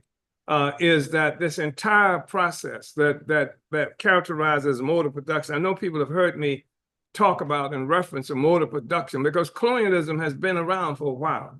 But when the Portuguese kicked off with colonialism, it was a policy of the Portuguese to do this. But this policy of the Portuguese caught on with other sections of Europe, and the Portuguese were exporting African people. And as it caught on, it became means by which much of the world would be able to feed, clothe, and house itself. It became a mode of production for much of the world. I mean, this is the process that gave birth to what we now call the America and the Americas.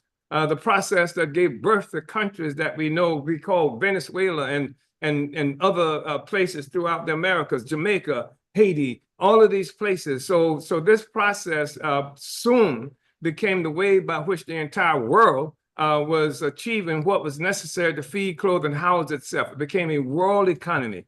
For the first time in human history, had a world economy that was knitted together by the capture, trade in, enslavement, colonial enslavement of African people, and colonialism that was exported throughout other parts around the world. This is where you see the emergence of this people, and this is where, for the first time, these white people who previously had been Celts and had been Normans and had been all these other things became Europeans. There was no such thing as Europe before the 1700s, if I'm not mistaken, certainly before the 17th century.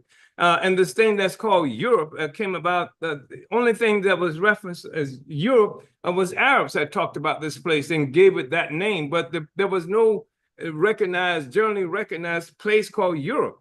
And so this is what consolidated this theft of us. The thing that united this group of people was slavery, colonial slavery, and a world economy that came about as a process, a part of that process. And then what happens, of course, is that systems were born, governments come from this process. And a government based on slavery in such a government, then freedom is illegal. Such a government based on colonialism, freedom is illegal.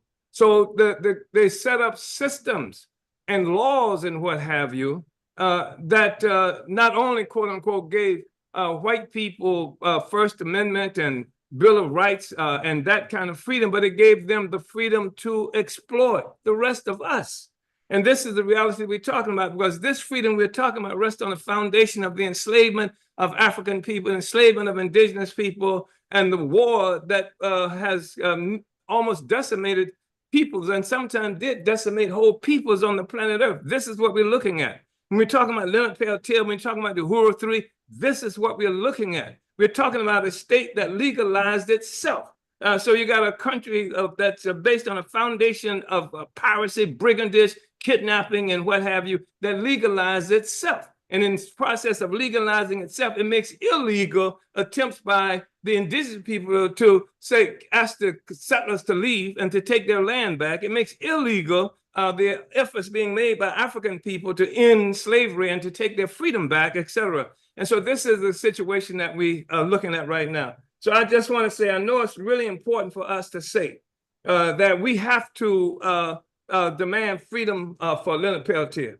And we have to demand the freedom and liberation of the people of Palestine. And we have to demand freedom for the Uhuru 3. Not a single day in prison. We have to say that. But in the process of doing that, we also have to say freedom for African people, freedom for the indigenous people, freedom for the people of Palestine, so that we have power over our own lives and we set the terms for what it means to be human beings and recapture our dignity and recapture the resources being bled from us on a regular basis. Uhuru.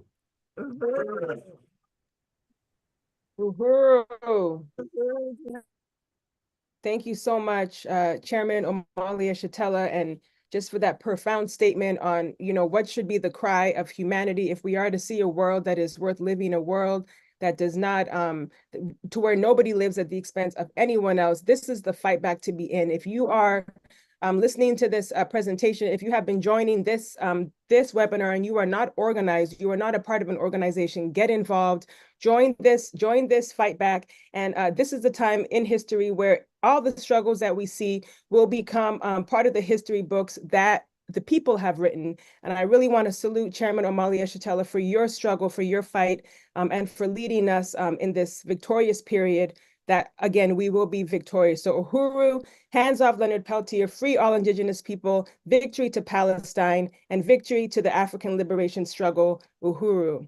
So comrades, this has been a very exciting and, just very profound and informative webinar. And if you are still watching and you want to invite somebody to come in, please don't forget to continue to keep sharing. We're going to be moving our program now to the part that lets everybody know how you can contribute, how you can take a part in this fight back. And I want to bring up my dear comrade who is on the ground in St. Louis, Comrade Brendan.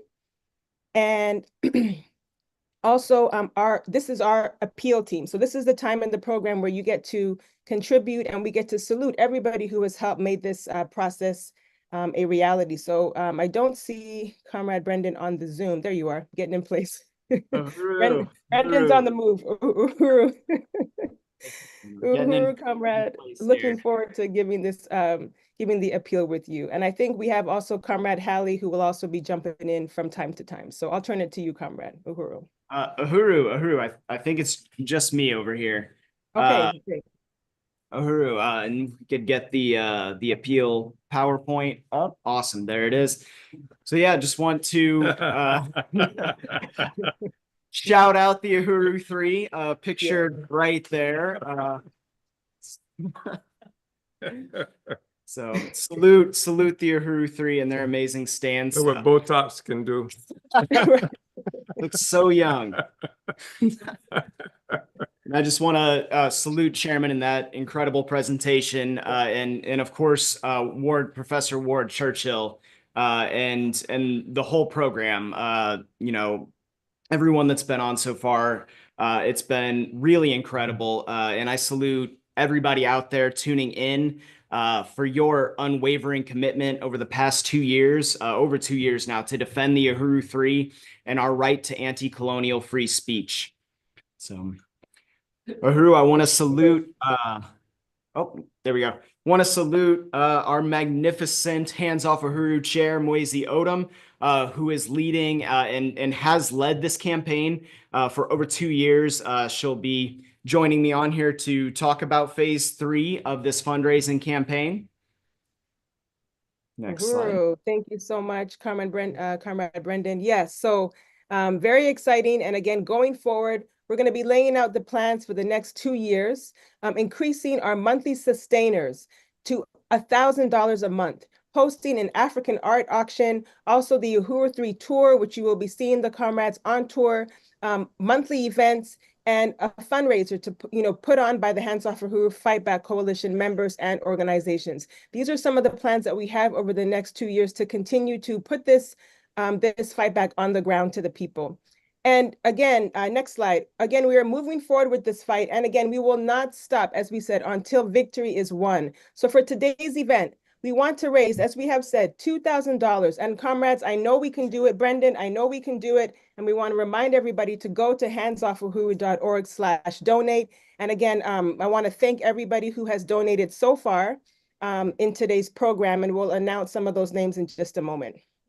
Uhuru, absolutely. And I also, of course, want to salute Deputy Chair who's been continuing to lead these economic programs here on the ground in St. Louis with the Black Power Blueprint and all of APEDF. And yeah, let's shout out a couple of some of these contributors to today's program. We've got Dawn with $20, Jesse $75. Juliet 15, Marvin 40, Ella 50, and we've got a bunch more. We'll continue to shout out. So, Uhuru. Well, I'll say Brendan gave 20. I'll just throw that out before we move to the next one. That's well. Uhuru. A modest comrade. Uhuru. And again, I want to, as we continue to, say who has been contributing, I want to thank everybody who has made contributions so far. And for those of you who were not in attendance at day 1 of the trial, we want you to be able to hear from the amazing opening statements from the Uhuru 3's lawyers. This was, what was put out in federal court in Tampa, Florida. Attorney Mutaki Akbar started by saying, quote, "Uhuru, Uhuru. You will hear this word stated over and over again throughout this trial. You will hear it at the beginning of emails, at the end of emails. You will see it on videos when the African People's Socialist Party speak, when the chairman speaks. You're going to hear Uhuru, and Uhuru is a Swahili word, and it means freedom and independence. The freedom to speak on issues that might not be popular to everyone else. The freedom to protest against our government when they don't agree with them. And the freedom to send a petition to the United Nations when they feel that the African community has genocide being committed against them." So again, Uhuru means freedom. What a powerful statement. Uhuru, absolutely. And yes, salute to Attorney Mutaki Akbar, who represents Jesse Neville, for that incredible statement. And just when you donate today, you are securing these fearless lawyers to continue representing the Uhuru 3 as we move forward with the sentencing and the appeal. And Attorney Addie Griffin, one of these incredible lawyers who represents the chairman, opened with this: "Omali Yeshitela is innocent. Penny Hess is innocent. And Jesse Neville is innocent. This is a case about censorship.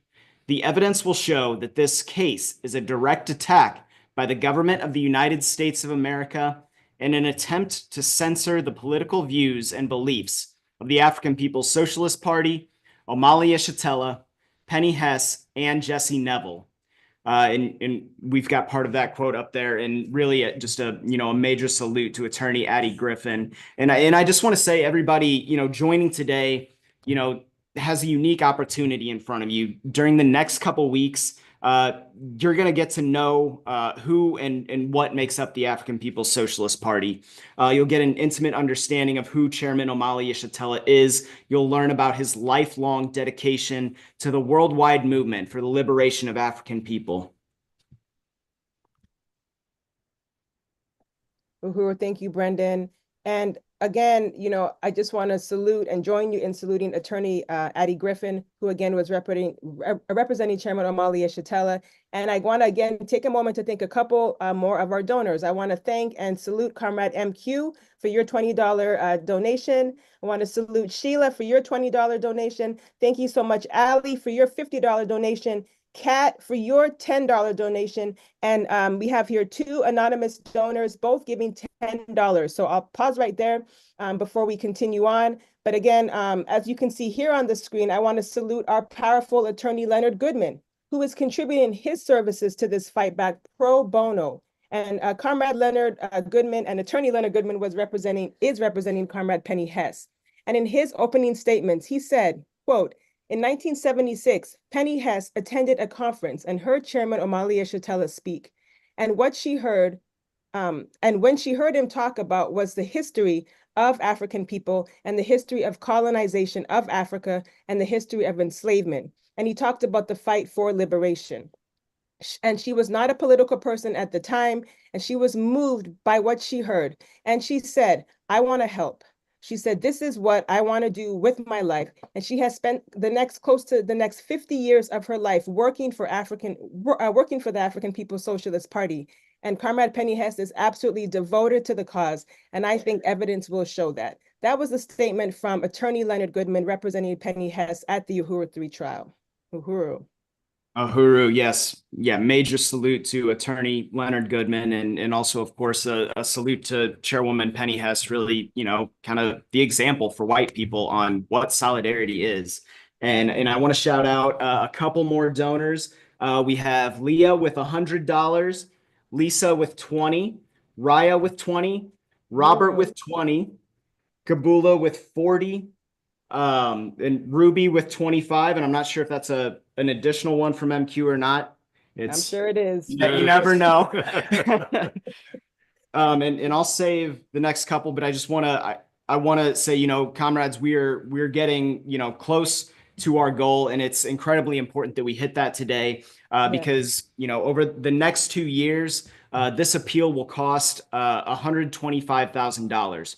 This is largely for the legal fees, but also will cover the cost of travel to and from hearings, the cost of court transcripts and other documents, fiscal sponsorship fees, outreach, promotions, and more. We have made it, this far because of, everyone's profound support, and we know we can see this through to a total victory. Uhuru. Uhuru. Thank you, comrade. Yes, and because of your support, this is how far that we have come, and we want to thank you for your continued support, because we already have $40,000 on hand towards our phase 3 goal, and that's remarkable, comrades. So that's a big thank you, and we want you to think big about what you can contribute on today. So again, our goal is to raise $2,000, but we need the remaining $85,000, and the sooner we raise that, the better. So handsoffuhuru.org. Or sorry, the Hands Off Uhuru campaign, it's important for everybody to know, is a 501c3 sponsored nonprofit. So all of your contributions are tax deductible. For those of you that are thinking about, end of the year contributions, this is the fight back that you want to give towards Uhuru. Uhuru, absolutely. And I do want to shout out Penny for her $50 contribution. Uhuru. And a big thank you to all of the monthly sustainers. We have had literally thousands of people contribute to this campaign, and every dollar makes an impact. On here, these are, certain donors that make a commitment automatically every month by becoming a monthly sustaining donor. These amazing people set up a sustainer payment that together over the course of 2 years will contribute almost $20,000 to this campaign. So thank you to Matsamela, Raya, Isaac, Brendan, Leah, Len, Virginia, Linda, Peg, Chess, Wendy, MQ, Patrick, Aisha, Rod, Phoenix, Akile, Robert, Penny, Ronaldo, Michael, Gail, Adrian, and Frank, for committing to give anywhere from $10 to $250 every month as part of this fight back. You can do the same. If you don't see your name on here, please go to handsoffuhuru.org/donate and become one of these monthly sustaining donors. These donations, really add up, especially as we are heading into the appeal, which is a process that will take at least 2 years. And Chair Mwezi, do you have I see we've got an exciting announcement here. Right. And what a great slide to announce this a donation that I see coming in from an anonymous donor of $750. I want to appreciate and salute Uhuru, this comrade, for your donation.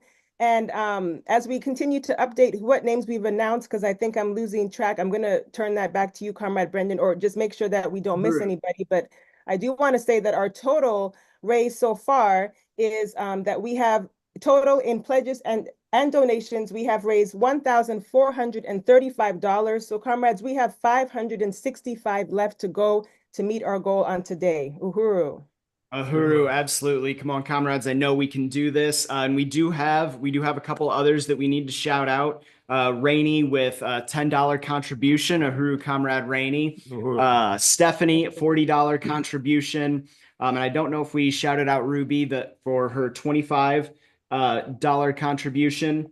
Right. Uhuru.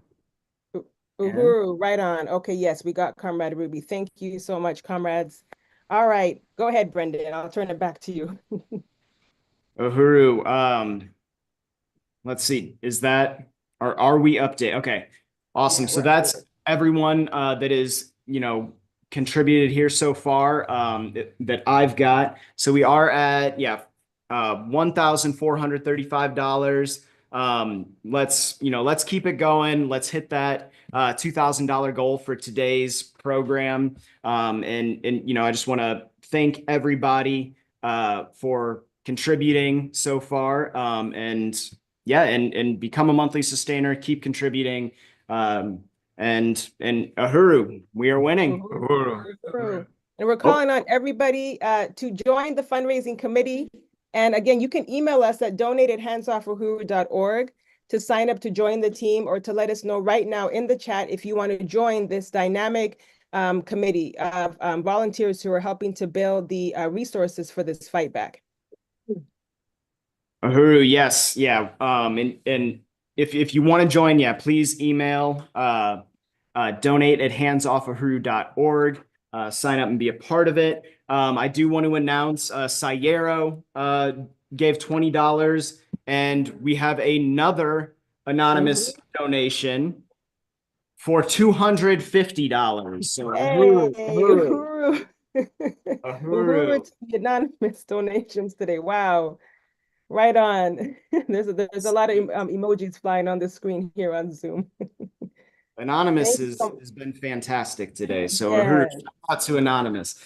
Uhuru. So that takes us to $295 left to meet our goal. So far, we have raised $1,705 towards our goal of raising $2,000 towards the legal fight back. So keep that coming, comrades. Thank you for those winning donations. No amount is too small. We understand that, any amount given to this fight back has helped us get this far.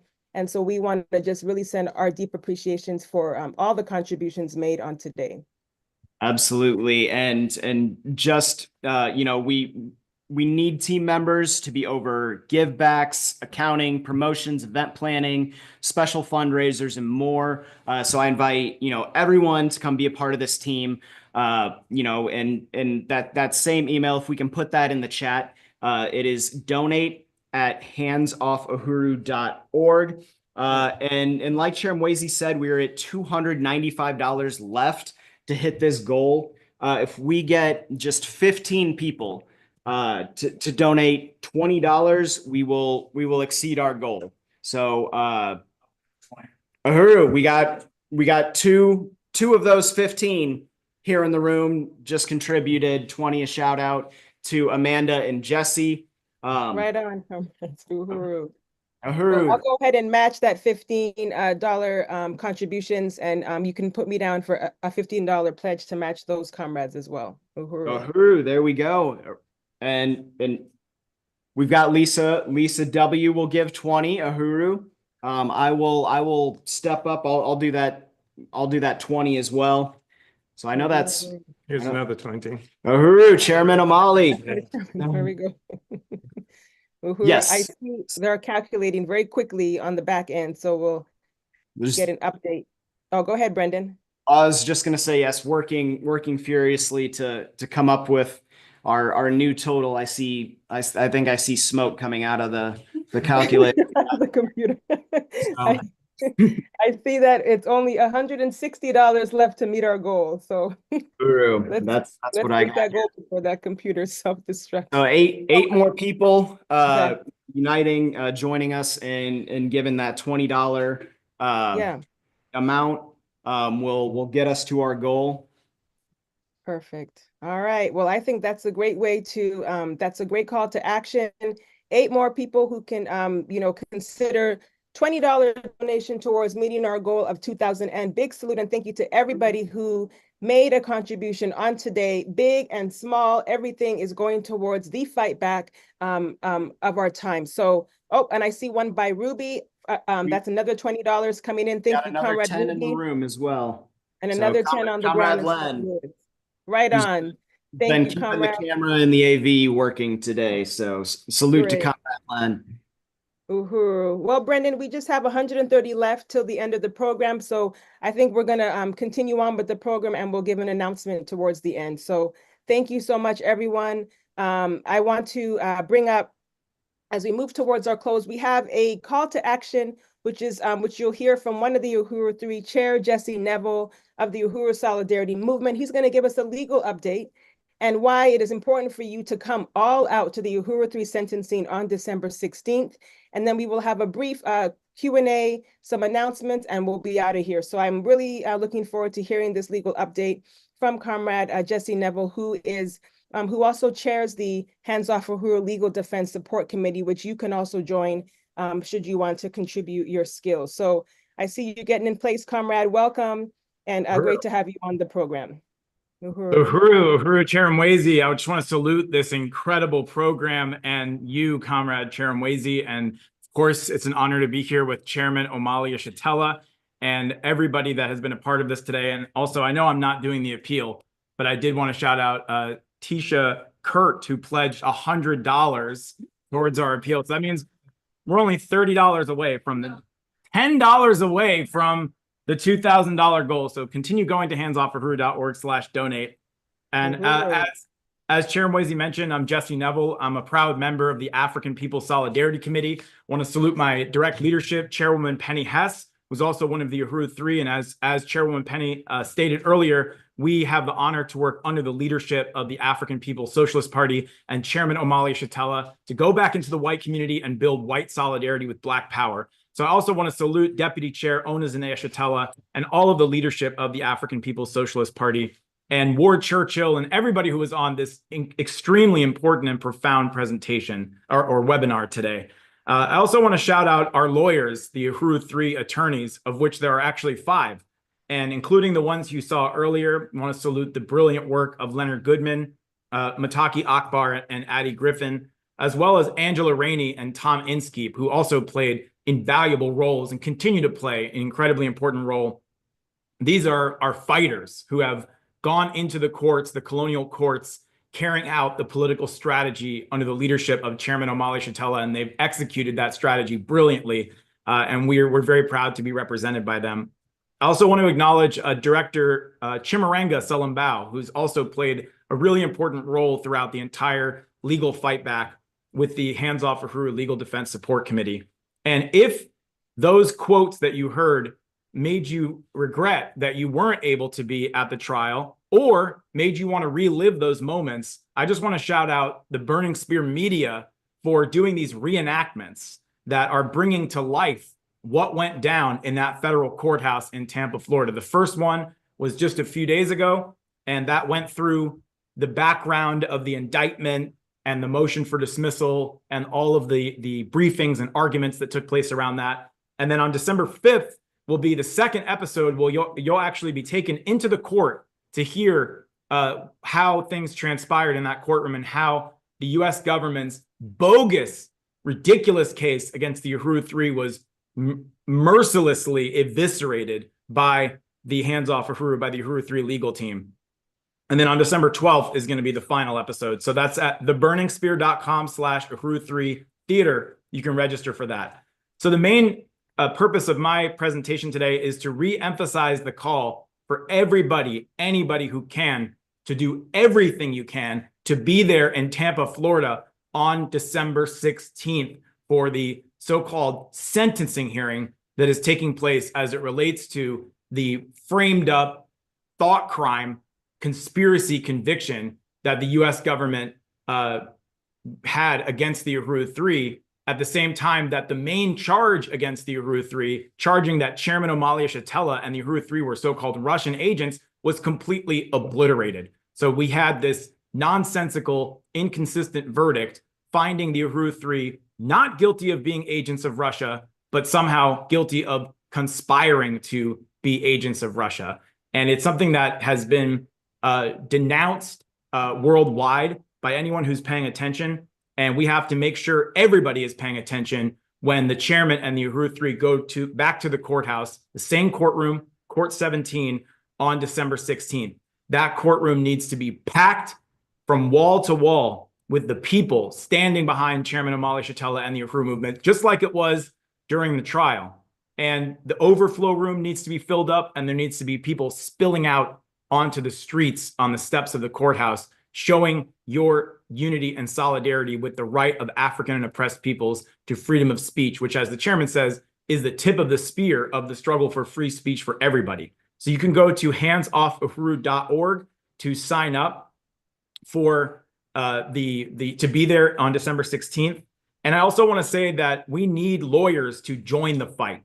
The attacks on African people under the cover of law, the attacks on the Uhuru Movement are not ending with the sentencing hearing on December 16th. They are continuing constantly. As the chairman recently said, they're coming at the Uhuru Movement and the African Liberation Movement from every angle, but the African Liberation Movement is also coming at them from every angle. And one of those angles is the legal front, which we need legal workers, lawyers, legal researchers, legal assistants. If you have any interest or experience or affinity for this particular area of work, to jump into the Hands Off Uhuru Legal Defense Support Committee, to be a part of representing and defending and fighting for the interests of the African working class, whether it's as it relates to this struggle of the Uhuru Bakery and Cafe, the struggle in St. Louis or in St. Petersburg, Florida, where the Pinellas County Commission has attacked the Black Power 96 radio station, whether it's any number of fronts where we see the intensification of the counterinsurgency.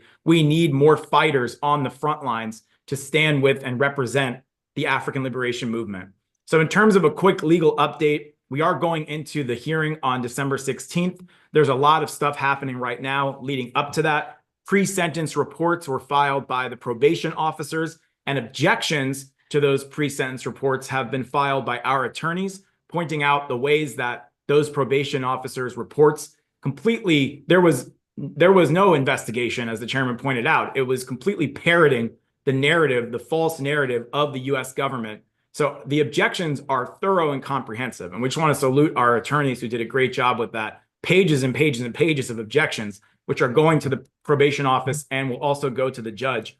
That will be followed by the filing of what they call sentencing memorandums, filed by both the prosecutors and our defense attorneys. When those sentencing memorandums get filed, along with ours, will be filed the hundreds and hundreds of letters, over 1,600 letters that were sent in by all of you to demand not one day in prison for Chairman Omali Yeshitela and the Uhuru 3.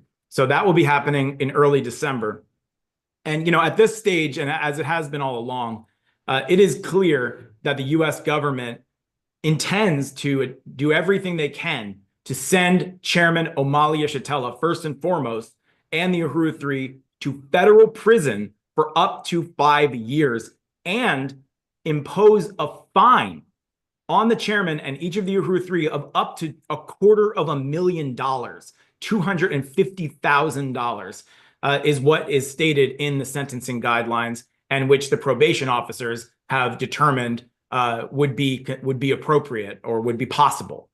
So that's something very serious. Even when we talk about fundraising, to be aware of that there is an ongoing attack being made by the U.S. government to try to financially wreck the Uhuru movement, the chairman, the African People's Socialist Party, and the struggle of African people for self-determination. And this just adds more urgency to us building this fight back and raising the funds to do everything that has to be done to secure victory. So I think I said most of that already. So yeah, the 1,600 character letters, we just want to thank everybody who was a part of making that happen. And finally, I'll just say that, what will happen on December 16th is that our attorneys and the prosecutors will make their arguments before the judge about, what the sentence should be. Obviously, our attorneys will argue that there should be 0 prison time. We expect the prosecutors to argue for the maximum sentence. And yes, thank you, Chairman. I also want to mention before I finish here that we're calling on people to come to Florida for the hearing on December 16th, but actually to come earlier for a very, very significant rally that will be happening at the Uhuru House in St. Petersburg on December 15th, Sunday, December 15th. And that is really important to be there at the Uhuru House at 4 p.m. for an anti-colonial free speech rally to sum up and mobilize going into the sentencing the next day.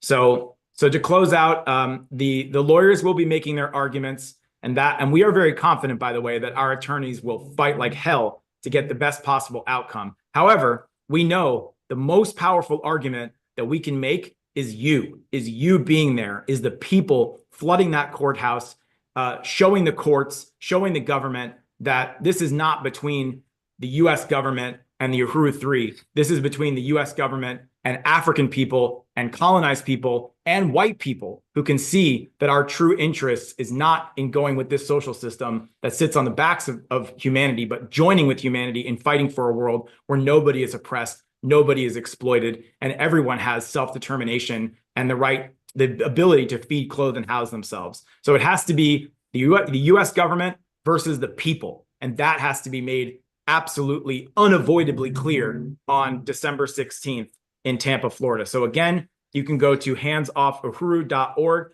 and join the Hands Off Uhuru Legal Defense Support Committee. Again, we will be building a campaign to repeal the Foreign Agent Registration Act 951 and conspiracy laws that are used to stifle and criminalize free speech, and waging a lot of other work to push back these attacks and build and support the anti-colonial free speech movement. We will also need lawyers and legal organizations to file amicus briefs in support of our appeal to get this bogus conspiracy conviction overturned. So I will leave it at that and say, hands off Chairman Omali Yeshitela, free the Uhuru Three. Uhuru. Uhuru. Uhuru. Uhuru, thank you so much, Comrade Chair Jesse, one of the Uhuru Three, for that powerful, statement around, what's to be expected and why this fight back is so important, why you must get involved. And again, to salute you, comrades Penny and Jesse, for carrying out the strategy under the leadership of the vanguard of the African Revolution around, solidarity, what true solidarity means, during this period for African and all colonized and indigenous people. And I want to salute everybody who is still with us on today's program. We did have a section for Q&A, but there has been a lot of really powerful discussion in the chat, and I see comrades are, tending to each other. If I missed any question, Chairwoman Penny, I know you're probably getting back in place. Please let me know. Our chat moderators, I want to really appreciate you comrades who are on the ground in St. Louis and also are on Facebook and on YouTube. So I think there is maybe something here to be mentioned here. Oh, our chat moderator says, Rainey asked, but they were able to talk about this in the program. So I'll just read this one quick question, and thank you, chat moderator. So this is a statement from Rainey. Though I read a book and did a project on this in school 10 years ago, I was not aware of the huge numbers taken and imprisoned in boarding schools. I'm appalled by the scope of this cruel genocide and the horrible means used, including sexual assaults that were penetrated on the indigenous people. It would be helpful for me to get more educated on this issue and hope more programs will follow as Penny suggested. I hope such events would address about how we can educate and speak with our family and friends on Unthanksgiving so they realize the extent of the horrible genocide that is being honored unjustly. Thank you, Uhuru. Thank you so much, Rainey.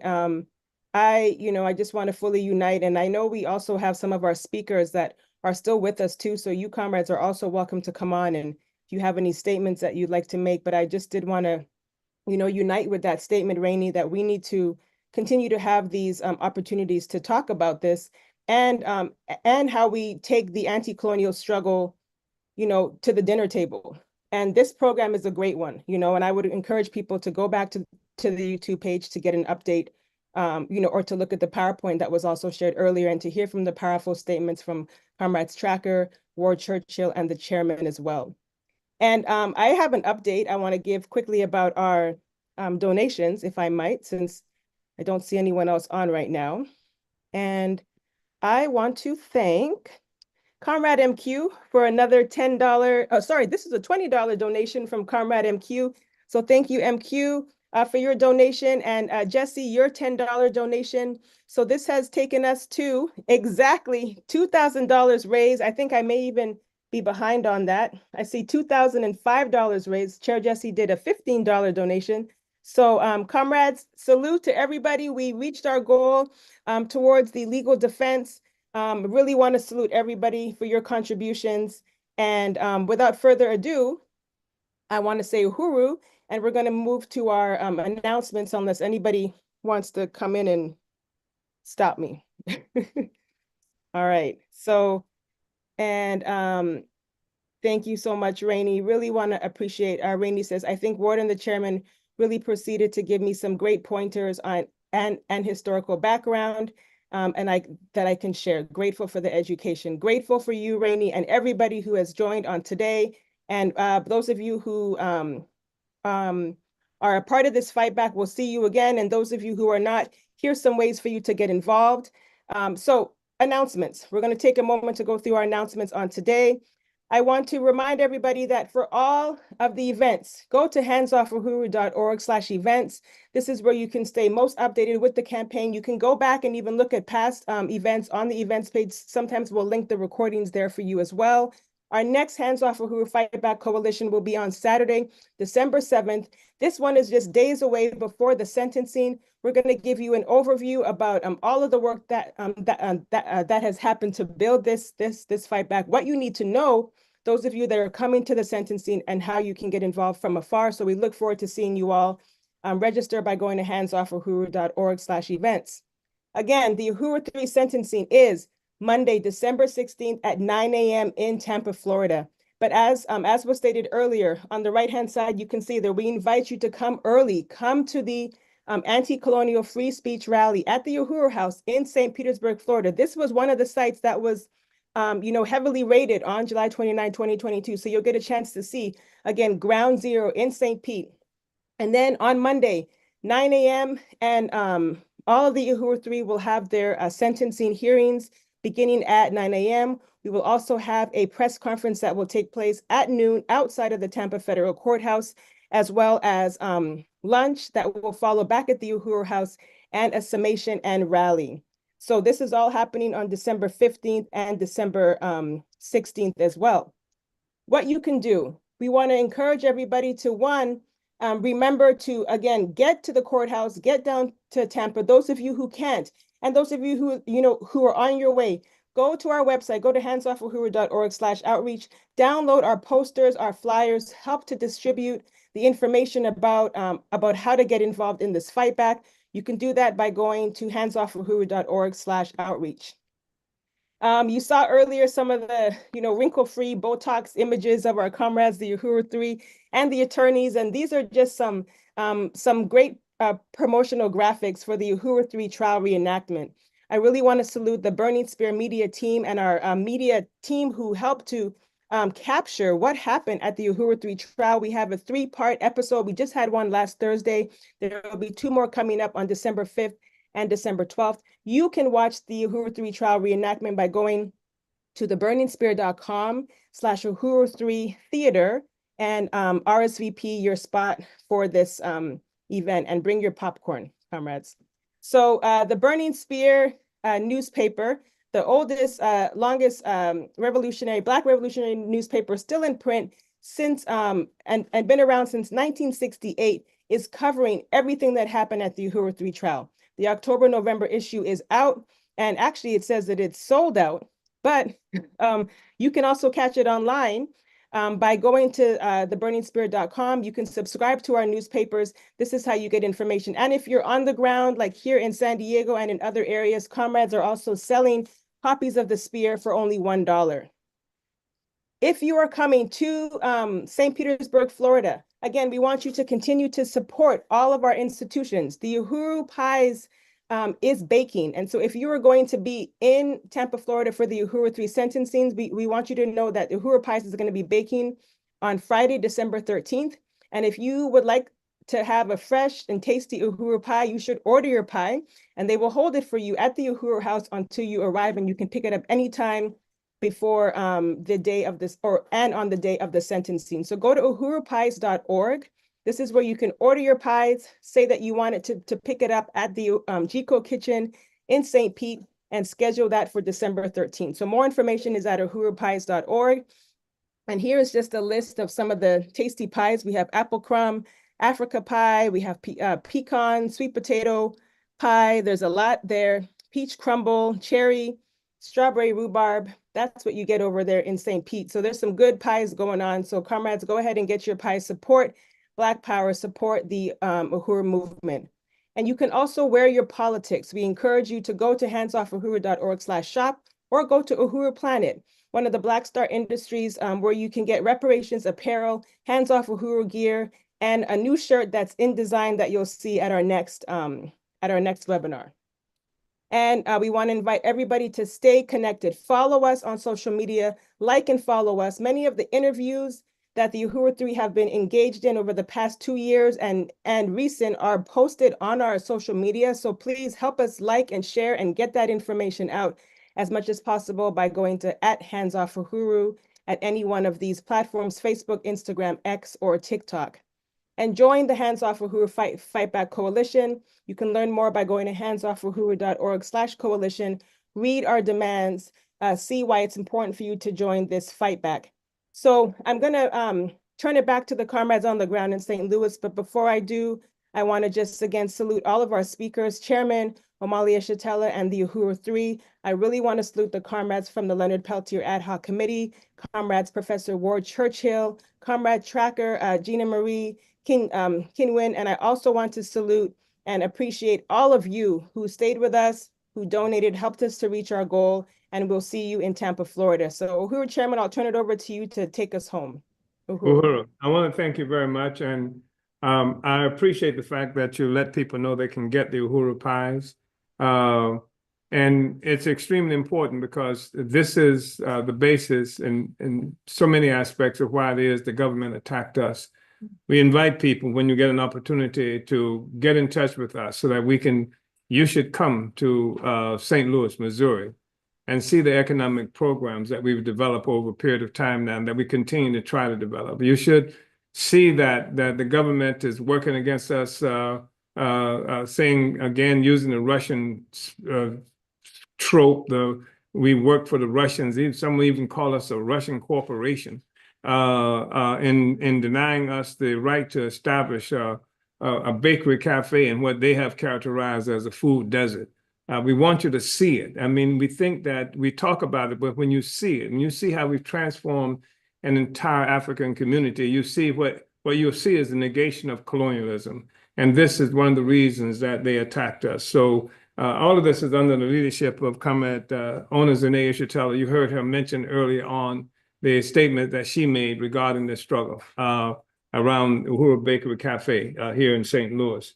Also, I think it's really important to say that that your participation in this process that we're engaged in right now is participation in not just defense, but a counteroffensive against colonialism. And we have created a process now, a movement that's growing every day. And this movement is one that has pulled colonized peoples together, increasingly into a comprehensive, united struggle against colonialism. And it's really important to say that. And it has not had any respect for various kinds of ideological walls that have been established that keep real, genuine movements separate. We are not just a protest organization. We are not calling on people just to protest, although we want protests and we do believe in protests. But we want you to join with the Palestinian people, join with the indigenous people, join with African people for liberation. One of the reasons they attacked us, and some people ask why they attack you and why now, because we're the only organization on the ground in the world, in fact, that is engaged in a struggle for total African liberation. This is not a protest movement. We're not just saying hands off Africa and things that protest the existence of Africa. We're talking about Africa must be free. African people must be in control of our own future. And this is the movement. It's a movement for the capture of political power over our lives. And so this is why, and this is what we're asking you to join with. I want to say that it's important. Tucker Carlson, Scott Ritter, the Center for Political Innovation. I'm really impressed by their participation and the solidarity that they've shown. This has been to the distress of some people on the left, of what's characterized as the white left. And what makes that interesting, of course, is that we get very little support from the white left in the struggle against colonialism. They might protest the bad treatment or something like that, somebody got arrested, but these comrades have united in the struggle against colonialism. To hear Scott Ritter, a former Marine who defines himself as a patriot and the whitest white man you can find, who says that he can stand. He's learned so much, he says, about colonialism and what's happening with African people, which is only possible because we can talk. And he recognizes that the attack on our ability to talk is an attack on his ability to learn, to hear what it is that we're involved in, and which is one of the reasons they attack us. So I just wanted to say a special shout out for these organizations and comrades for the solidarity that they've shown, and they've had to go against the grain of much of what calls itself the left. So, and also, don't make a mistake in assuming that the law is just something that's used in some parochial way, like in the United States. The fact is, when we talk about the Convention on Genocide, this was something that was passed in 1948 by the United Nations. And it took 40 years for the United States to even ratify that. For the United States Congress to ratify this convention took 40 years. And even then, it only ratified it on the condition that they would have to agree, that is to say, the United States, with the charge against them.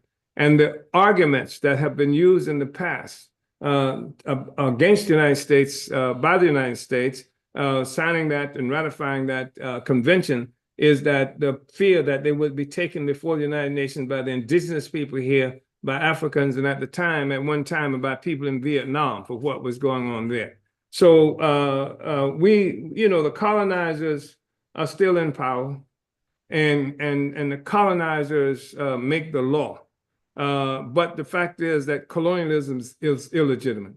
And that's the thing that we're struggling against. And what we're also saying is that they know, that is to say, the United States government knows what problem they would have with us having the right to speak. There are other Tucker Carlsons out there. There are other Scott Ritters out there. And the fact of the matter is, they attacked us because we wanted to put reparations on the ballot, because we ran somebody for office. We ran somebody for office who was opposed to gentrification, calling it what it is. We ran people for office with the Black community control of the police on the ballot, etc. And their fear is that using these mechanisms, if the people could hear the discussion, we did this in an African minority city in St. Petersburg, Florida, where I think Africans maybe make up something like 13 to 18% of the population, and yet they still attacked us for doing that because they are afraid that we have access to the people. If we can talk to the people, that we can convince enough people on the righteousness of our cause. And the fact is that we have so much in interest in unity. So, you know, Scott Ritter, Tucker Carlson, people like that can unite with us, not because they necessarily believe in what African internationalism, but they do believe in some fundamental things like free speech, like freedom of association, like the basic things that went into the Bill of Rights in this country. So I just wanted to say those things and send money and do what you can to unite with the struggle around the Uhuru 3, support the freedom of Leonard Peltier. Join in with Don, and we agree with you, Don. Leonard should be free, not another damn day. Unite with the Palestinian people, righteous struggle. We cannot have as our legacy that we sat silently as they butchered, you know, perhaps up to 100,000 Palestinian people in Gaza alone. So let's take the righteous stand. And because we believe we're on the right side of history, that we're involved in an incredible contest right now, one between the past and the future, the past of slavery, colonialism, and what have you, and the future of people being liberated, free, and free to speak, free to think, free to associate with whomever it is that we want to associate. And with that, just like to say, vanguard up and forward with the struggle. Uhuru. Uhuru, Uhuru Chairman, Uhuru comrades. We are winning, we will win. Hands off Chairman Omali Yeshitela, free Leonard Peltier, victory to Palestine, victory to African people. Uhuru.